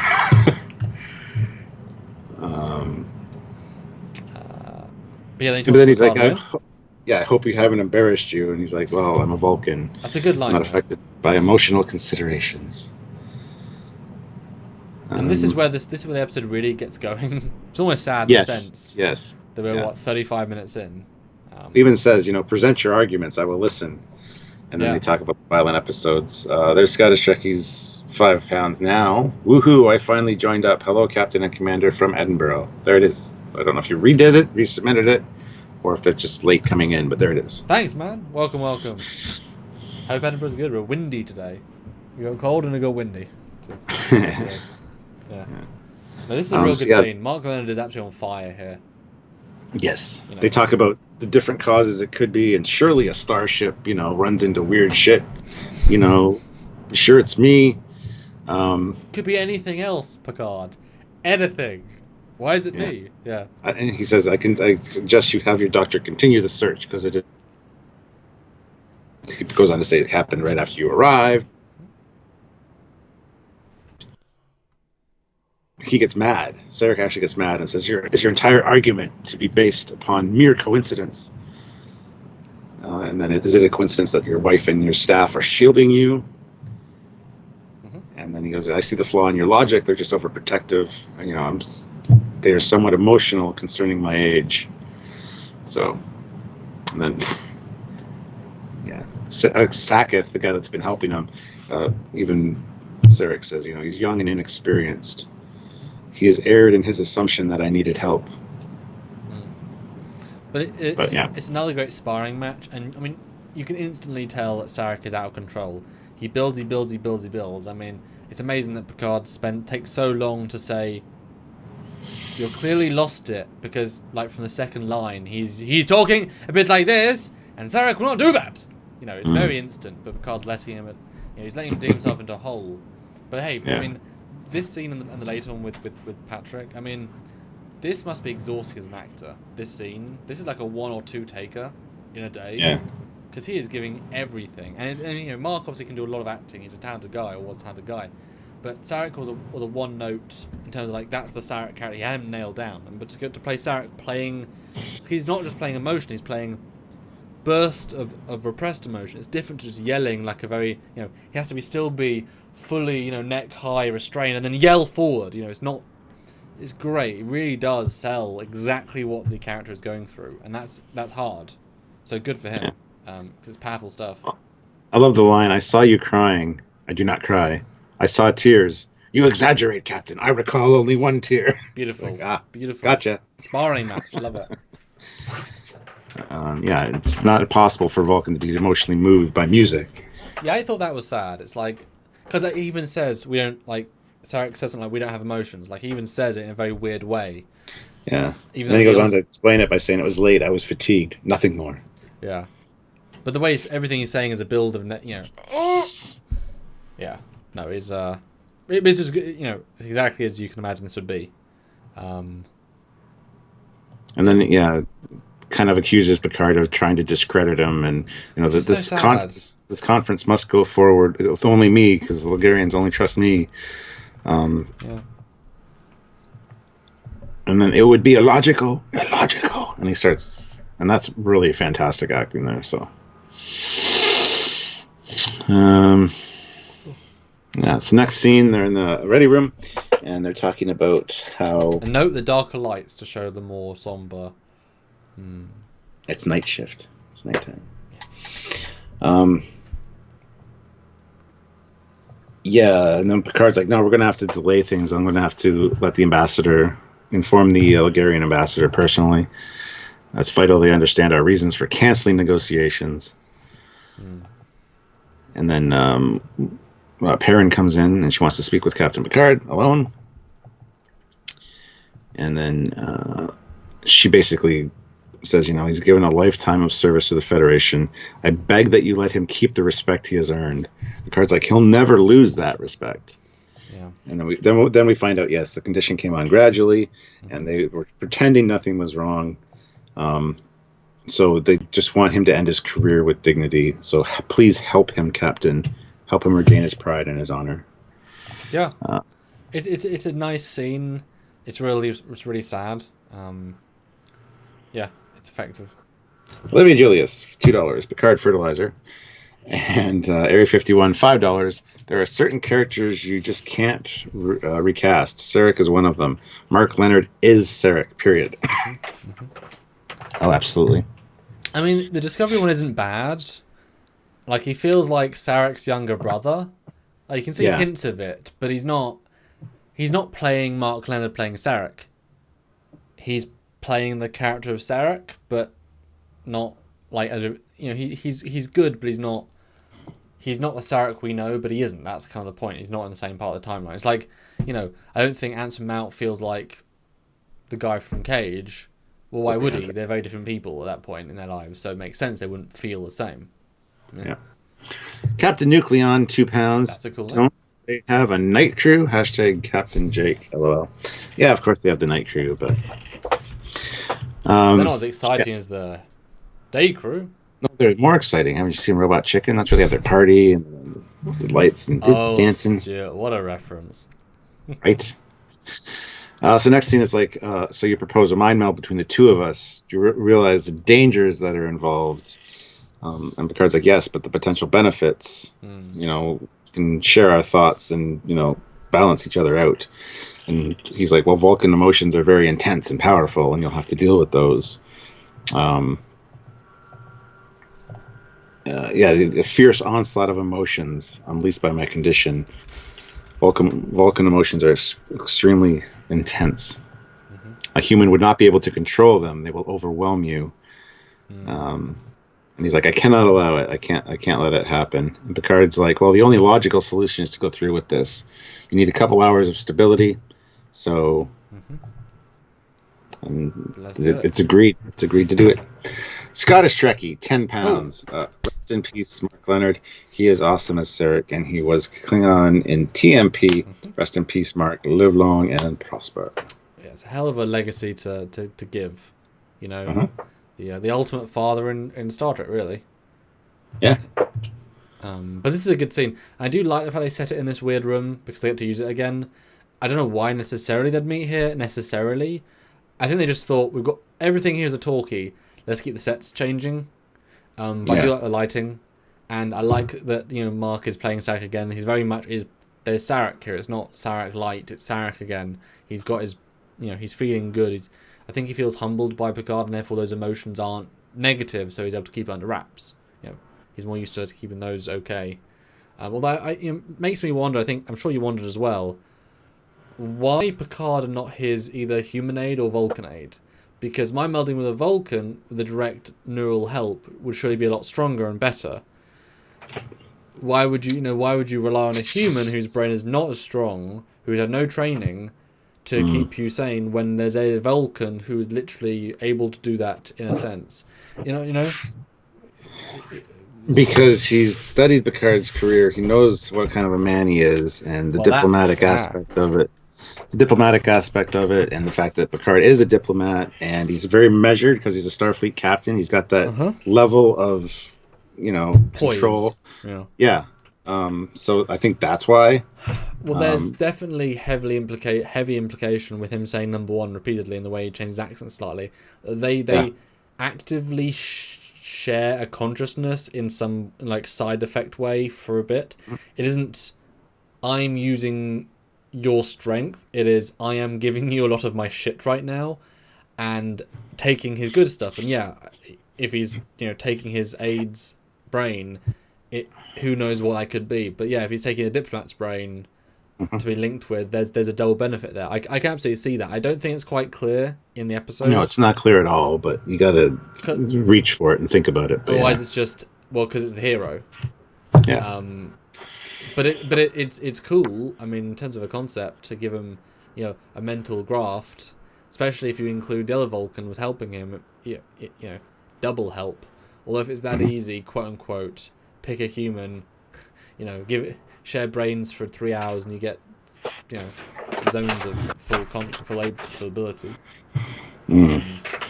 Eugene, 125 rubles. My mind to your mind. My Discovery season 2 to your Picard season 2. Okay. What an odd super chat, Eugene. Scottish Trekkie, £10. Oh, thank you. One more from your boy, Scottish Trekkie. Thank you for making me welcome here. I am up for work later today. I'll live long and prosper. We'll see you later, Scottish Trekkie. Thank you for joining. And everybody's welcome here unless you're an asshole and you get booted. And gosh, I thought you were going to say I'm off to work now. I was like, God damn, sir.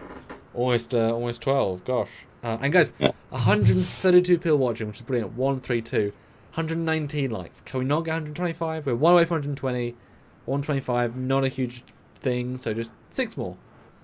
I mean, come on, Stuart. At least 6 of the 131 have not clicked like. I mean, surely. And it's free. And Devo77X makes a good point. Sarek touched both Picard and Kirk. And then Picard also mind meddled with Spock, who would mind meddle with Kirk. So there'd be a little bit of Kirk in Picard. That's diminishing returns, but yeah. Yeah, well, you know what I mean, though. There's always that connection that they can use later if they need to. That would actually have been really nice to have a reference to... Because 4 had happened, or 3 had happened. That would have been kind of nice, actually. If Picard had made a Kirk reference. Even just a line. Like a famous Kirk line. That would have been kind of nice. That's okay. Take it all off, baby. Why is my shirt not ripped? That'd be a good one. Or right after the diplomacy, we see him walk out of the room and just rips his shirt. Now it was a good day. Yes, better. As long as one nipple's showing. And I'm Mark Leonard, and I'm 60, and here's my nipple. But yeah, good little scene, good acted. I like how everything he's saying is, Picard, you don't have to do this. And Picard's like, I'm already doing it. Dude. Beverly's already in the room, we're doing it. And then cut to the room. Boo. I got you. Yeah. Oh. And then cut to the room. Really poorly lit room, very on purpose, but I'm like, wow, that's an ugly looking set.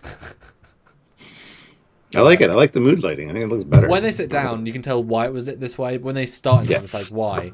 But you get the mind meld. And Beverly's like, I don't approve of this. Didn't expect you to, Beverly. Yeah. Well, she says, I don't approve of this, Jean-Luc. He says, I didn't expect you to, Beverly. There's a pause, we're informal now? Okay, fine. Well, no, I think he's thinking, I may never be the same again. I'm not going to put pomp and rank between us right now. You're Beverly, I'm Jean-Luc. Wish me luck. You know? Yeah. Because she goes on to say, this is dangerous. She says, I don't suppose I could stop you anyway. It's like, I'm afraid not. Although I do admit to a certain trepidation. But your company is much appreciated. I actually said trepidation out loud, knowing that I guess that was a line. But I have another quick comment here. It does feel weird that no one mentioned that maybe mind melding with a damaged Vulcan brain Might be dangerous. Might be and cause dangerous. aromatic syndrome, which is the human equivalent Hey. of what he's got. Hey, that's smart. I know. That'd have been sad though, but that's smart actually. No, I like that. It would have been. Yeah, maybe it's just human equivalent.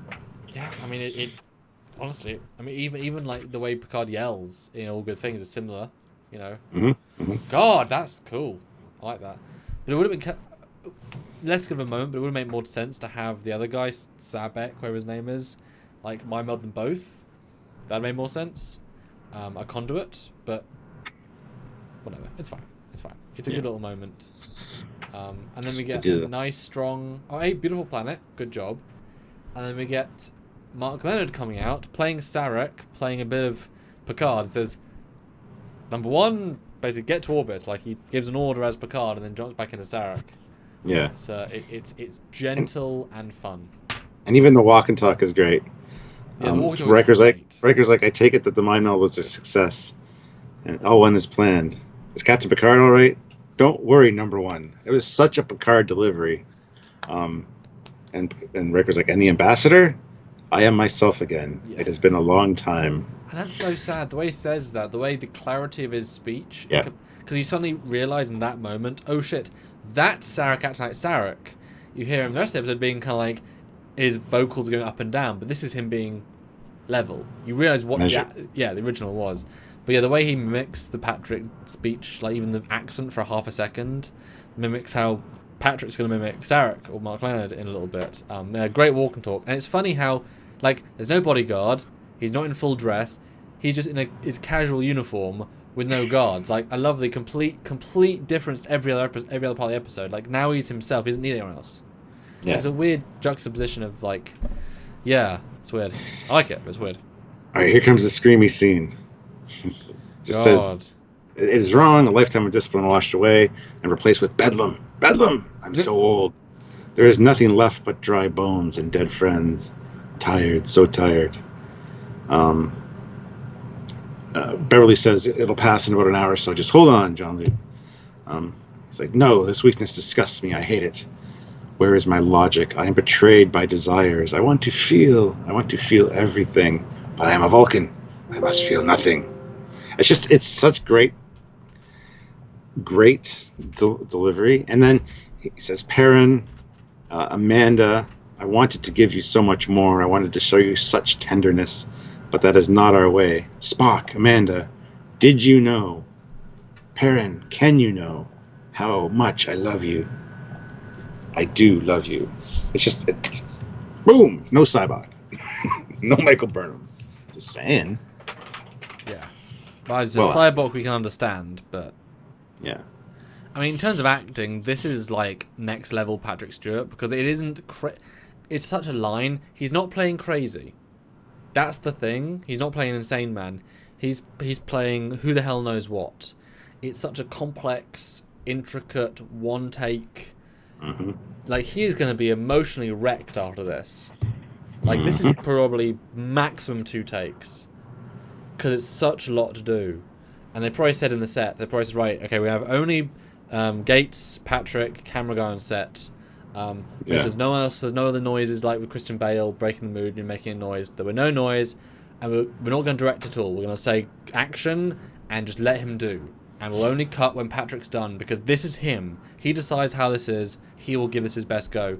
And you can tell he's digging into all of his thematic training, all of his Shakespearean training, all of his theatre training, all of those ways of emoting. I mean, it is like, you know, if you can win a mini Oscar, like for a scene of just epic acting where it's, you know, this is excellent.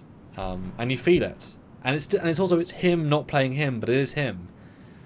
You know, he's a vocal platform for Sarek's emotions, and yet he still expresses them in a human way, but in a big way.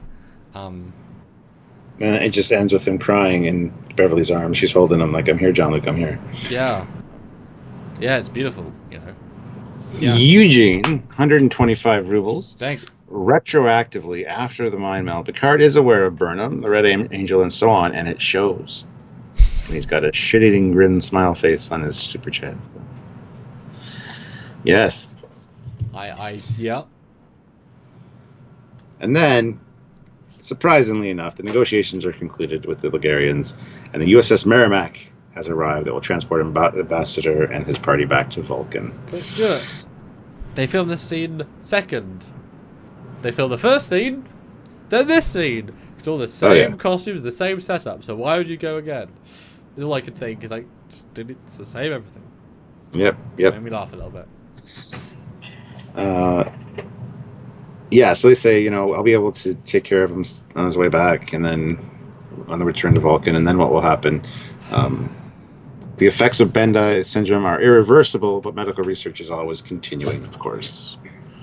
So yeah, I didn't like that moment when Will asks, and he doesn't give an answer. It's like, that's a non-answer, and that can tell a lot of extra things.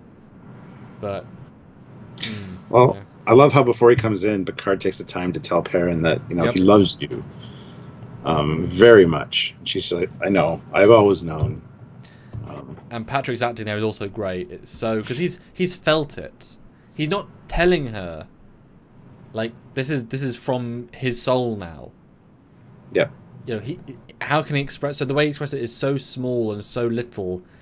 You know what I mean? A lot of the time, those very tiny expressions that mean more, which is obviously I guess how Vulcans express themselves in a sense. But yeah, it's lovely, and I like Perrin. I mean, things you couldn't marry a Vulcan unless you accepted, if you understood what they were on the inside, that him saying "come wife" means "I love you, babe. Let's go kiss." These things mean different things in different cultures. Yeah. And then he walks in and he's doing well and it's nice and they share something and you can vibe it and it's good. They have good chemistry and yeah. Oh yeah. Then he says, "I will take my leave of you now. I do not think we shall meet again." And Picard's like, "I hope you're wrong, Ambassador." And then they talk about. He says, "We will always retain the best part of each other inside ourselves." And Picard says, "I believe that I have the better part of that bargain, Ambassador. Peace and long life." Yeah. And then live long and prosper, and then that's it. They beam out. But he holds her hand, which is really cute. Yes. It's so small and so cute. That's a little bit of Picard in there. Well, yeah, I think it's just more just like he's now got a little bit of emotional understanding. Because yeah, that's true. Yeah, like he's now seen a human's brain. Obviously he saw Kirk 100 years ago, but he's now seen a little bit. So maybe it would have been nice to think that there's a way of lessening the anger and he can just express himself. Because, I mean, in terms of Perrin, if she gets a husband for 10 years that can be, like, expressive, maybe move to Earth rather than Vulcan. Sure, maybe. But, like, that's great for her. They can talk about poetry and express themselves and, and she's not old by any means, so... Yeah. Yeah, ends and then Picard has a really somber, like... Hey... Never meet heroes unless you need to mind meld and save their lives, sort of. Because damn, I'm not expecting that when I wanted just to chat. Even though I did say I hope to share his memories, thoughts, and dreams. Yeah. So I did it to myself, didn't I? I think he meant via conversation, as He wasn't specific enough, Stuart. That's he wasn't. True. But there you go. Wow, Sarek, the truest of the TOS sequel, bring people in for at least a while. Brave of them in a way, I think fair to say. Yeah. Olivia Julius, $20. This episode is brought to you in part by Olivia's Tools. Are you in need of some futuristic farming tools? Look no more. Olivia's Implement Store. We got fertilizers and ball pickers. Don't delay. Come on down to Olivia's Implements. Yeah, and Picard approved. I mean, it's not just Olivia, that some strong clients, I'll only go if there's wacky, waving, inflatable, arm flailing tube man out front. Hey, wacky, waving, inflatable, arm flailing tube man. You got it in one. Well done. Proud of you. Yeah, that's the tongue twister that there's no problem for me. Other ones are a little bit tough, but. All right. Well, tell us about the super chats, final super chat thing at the end here, and then we'll give our final thoughts. Eugene's already done it. Eugene's already put his super chat and score in, which I will read after I'm done talking about my thoughts on this episode, which I kind of did at the beginning. I hate that we do it twice. That really annoys me. Well, you're meant to think different things after. But I don't. Well, that's your fault. Anyway, so yeah, put a super chat in of your score of this episode for season 3 and for all of TNG, and I'll read that afterwards. Any non-super chat ones, put in the chat, and Sammy will read those after he's done as well. So here we go. Overall, a really good episode, the last half of it. The Picard and Sarek acting, Mark Leonard does a fantastic job, but the rest of it's kind of forgetful or forgettable. There's just not much there. Like, all I really remember about this is the tear, there being a problem, and that's it. You know, I don't remember the Ligarians, although it's a big deal to have the Ligarians now in the Federation. It would have been better if they were Sheliak, bring them back. Because we already had that stuff with them, and they were a great vibe. And sorry, just that would have been a nice callback. That's okay. I do like seeing Perrin. I do like seeing the fact that he got remarried, because obviously Amanda wouldn't live this long. That's very cool. Okay, do you like it better in this viewing, the fact that to think about and analyze it? As in, do you think you remember more now, having talked about this? I mean, this is probably the most you've ever talked about this episode. Yes. Are you going to remember it more, do you think? Is it now more memorable, having really appreciated it? I'll remember it for the next 10 minutes.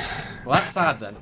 I mean, that means the episode's a fail. I mean, you know what I mean? If Sarek, they brought him back and they have these epic scenes, and you don't remember it. I mean, that's worse than not liking it. I know, but that goes to my scoring status, like whether it's enjoyable, whether I remember a lot about it, whether I want to see it again. Well, does that have rewatchability factor though? Surely, if you don't remember it, it means it's got more rewatchability because you can really enjoy it. This is one when I see it, I will watch it. Okay. When I see Sarah, I'll be like, "Ooh, I'm going to watch this one," because usually I don't remember what happened. I don't remember your brain sometimes, Stuart, mate. You got a full brain there. I got a weird brain, and it's getting weirder as I get older. It's becoming more Swiss cheesy, so just bear with me. Anywho, as far as scoring goes, for season 3 of this episode, I'm going to have to give this for season 3, it's going to be pretty good. It's going to be about a 7.5, because it was great seeing a classic character brought back, and such emotional impact as far as the end of the episode goes. Although it does feel wrapped up rather quickly again. But I think it's better than a lot of them, though. Yes, but I wish there was more time for them to talk about. Yes, yep.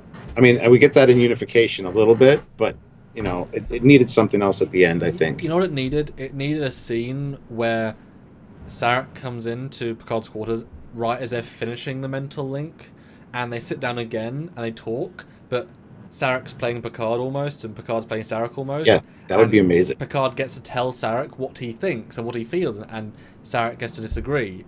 Yeah. And that would have been like icing on cake. And then at the end, they sort of get there, and as the scene goes on, they sort of swap sides. Yep. That would have been icing.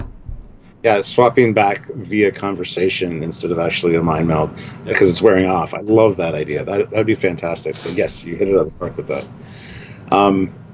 Now, for all of TNG, unfortunately, this is going to be lower than average. It's going to be a 4.5, just because of the forgetfulness, the forgettableness words of it.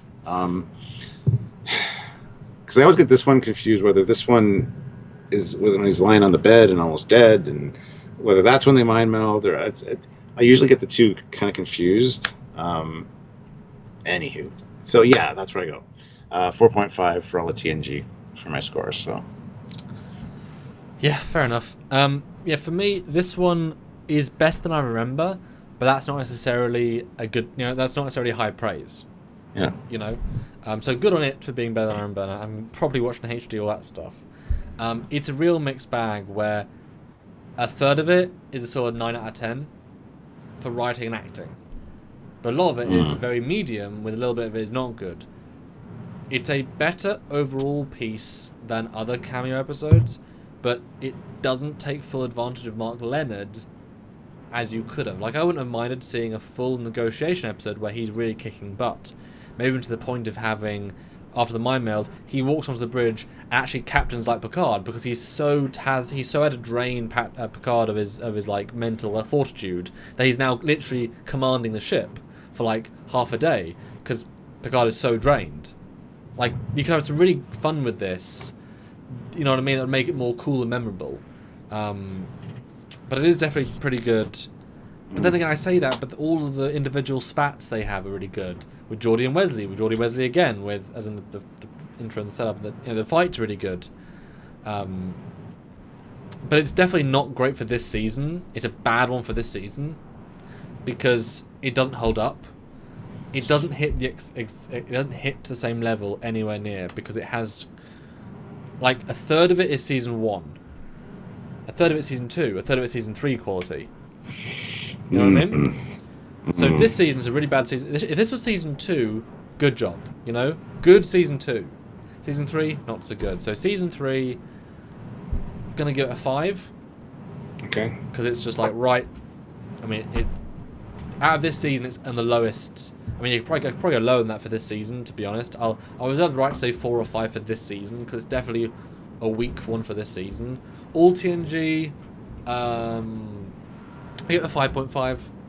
I think maybe 6. Yeah, I'll go 6 actually because it's definitely above average for the bits that are really good. The 10 minutes of it that's really good. Yeah, 10 minutes of that are really good. And the fact that it gets all these actors off kilter, so it's definitely better than average, but not by much.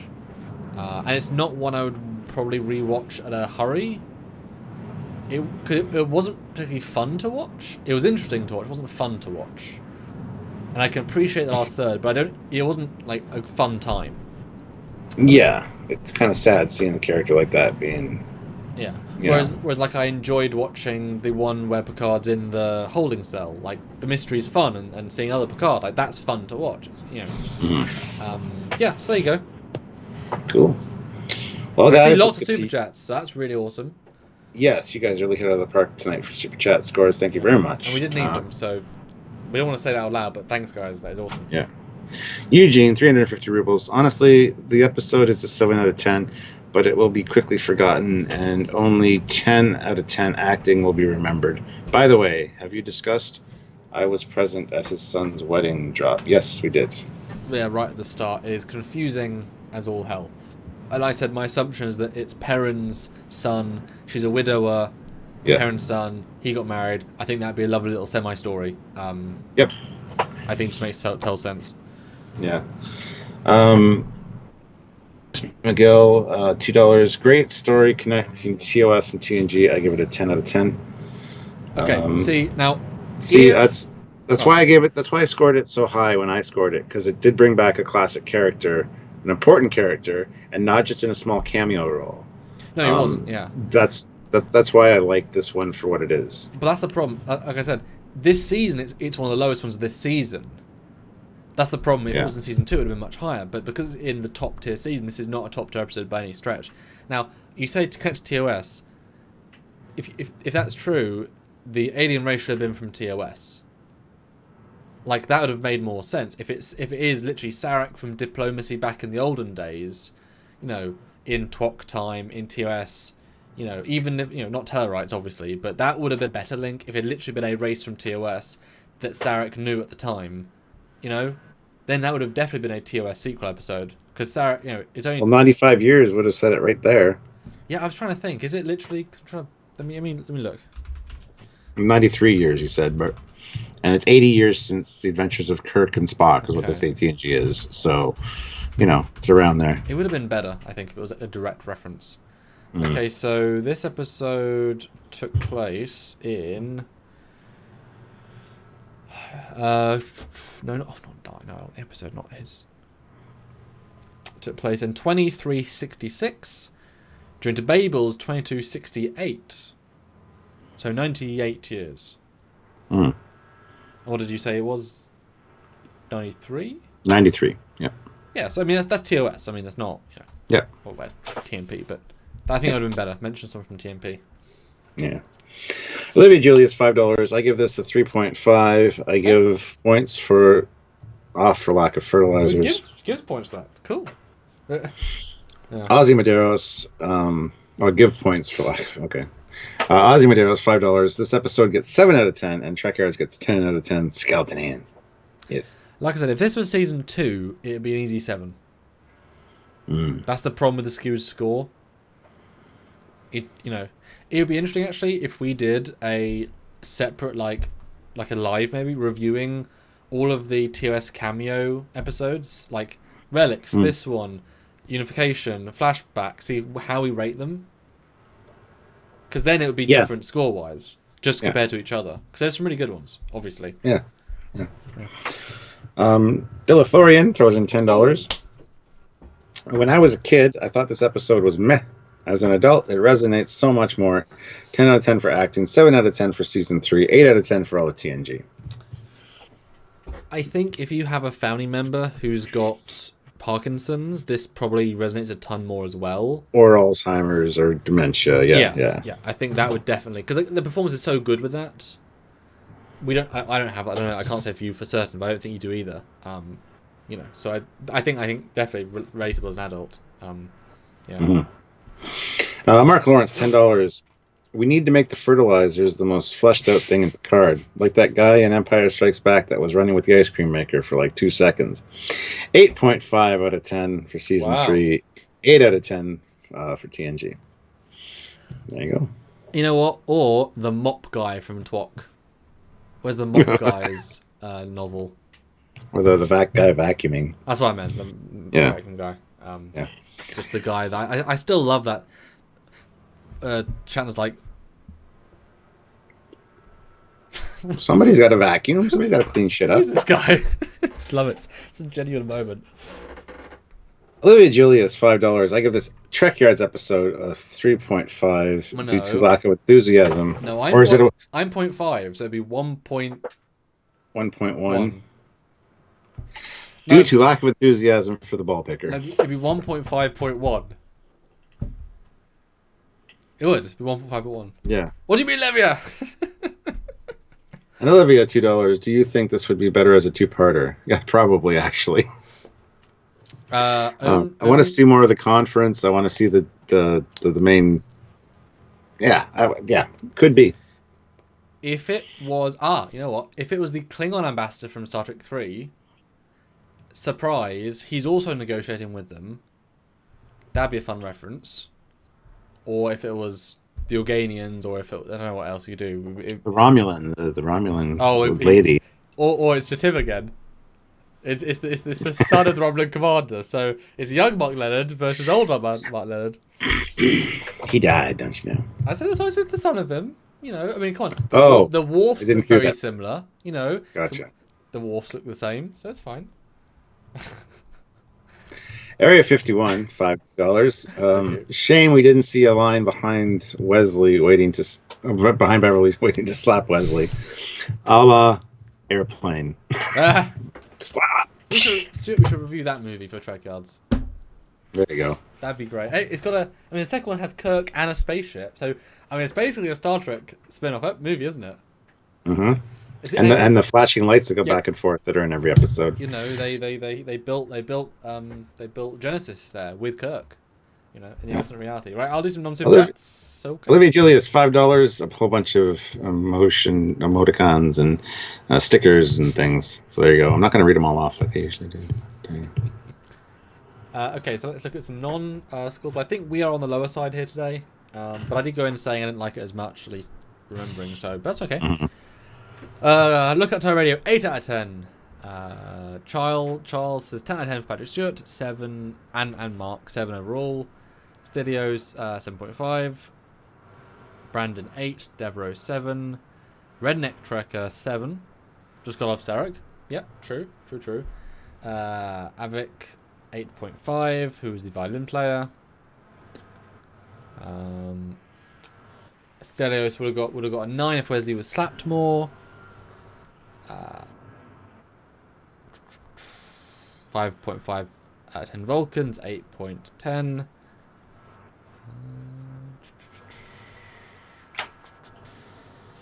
I think that 7.7 out of 10 season 3, 7 out of 10 season 3, and we're at 141 likes. So I want to see 9 more likes, guys.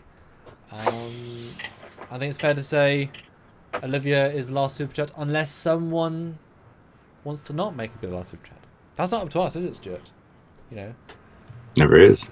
We don't have secondary channels we can super chat ourselves, just so that we don't play that game. We let the fans decide because they're the true heroes here. Mm-hmm. Very much true. Very much true. Go Olivia, go, says Dave L. That true. That true. See, if we end now, then she obviously wins. So. Yeah. What? Said if we end now, then Olivia will definitely win. Oh, it's true. I should have said yes and just not changed the life. So we have the last 3 of the season, which we'll get to at some point. Menage a Troy, Transfigurations, and Best of Both Worlds Part 1. And as I know you said at the start, Stuart, but I'll reiterate. And they'll be doing the Drunk, back to doing Drunk. Hey, not our choice, just happens to be they line up a Drunk Trekyards post-review. We're going to go through the entire season, reminisce, and I will tell us what our top 10 and top 5s are, which I'm excited to actually see what we think is the best ones. Shall either be Saturday the 4th, Sunday the 5th, or Saturday the 11th, Sunday the 12th. I don't even know. We don't know yet. We don't know yet. That's kind of scary because it's pretty damn soon. If it's only Monday, that's pretty damn soon. And Hedjalti throws in 1,500 krona last. Yeah. And that is, $10. Hey, thanks, man. That's awesome. Mm-hmm. You can tell by the color it's $10. Jello. Yeah, actually. Well, the purple ones can be... But actually, you might be right. Yeah. But you can tell roughly where they are as far as the color. And Livy does point out, remember the 4th's a holiday. Yeah, it isn't for either of us, so be all right. 4th of July. It is for me. Oh, yeah? Well, not the 4th of July. Hold on. The 1st of July is Canada Day, and that's a Wednesday. Yep. So it's tomorrow for me. It's this week. Yeah, it is. Louis Julius, $1. Captain Nucleon, £1. Haha. So not 4th of July then. Even though I was... You know, I should make hot dogs for that day, because that's American. Damn Skippy it is. Olivia Julius, $1. And they're good, too. I love hot dogs. Yeah. So Olivia Julius has the last super chat slot again. Stuart, did you like Independence Day 2? Did you see it? I saw it. I didn't think it was as good as the first one, but I enjoyed it. Kind of stupid that Brent Spiner's still alive, but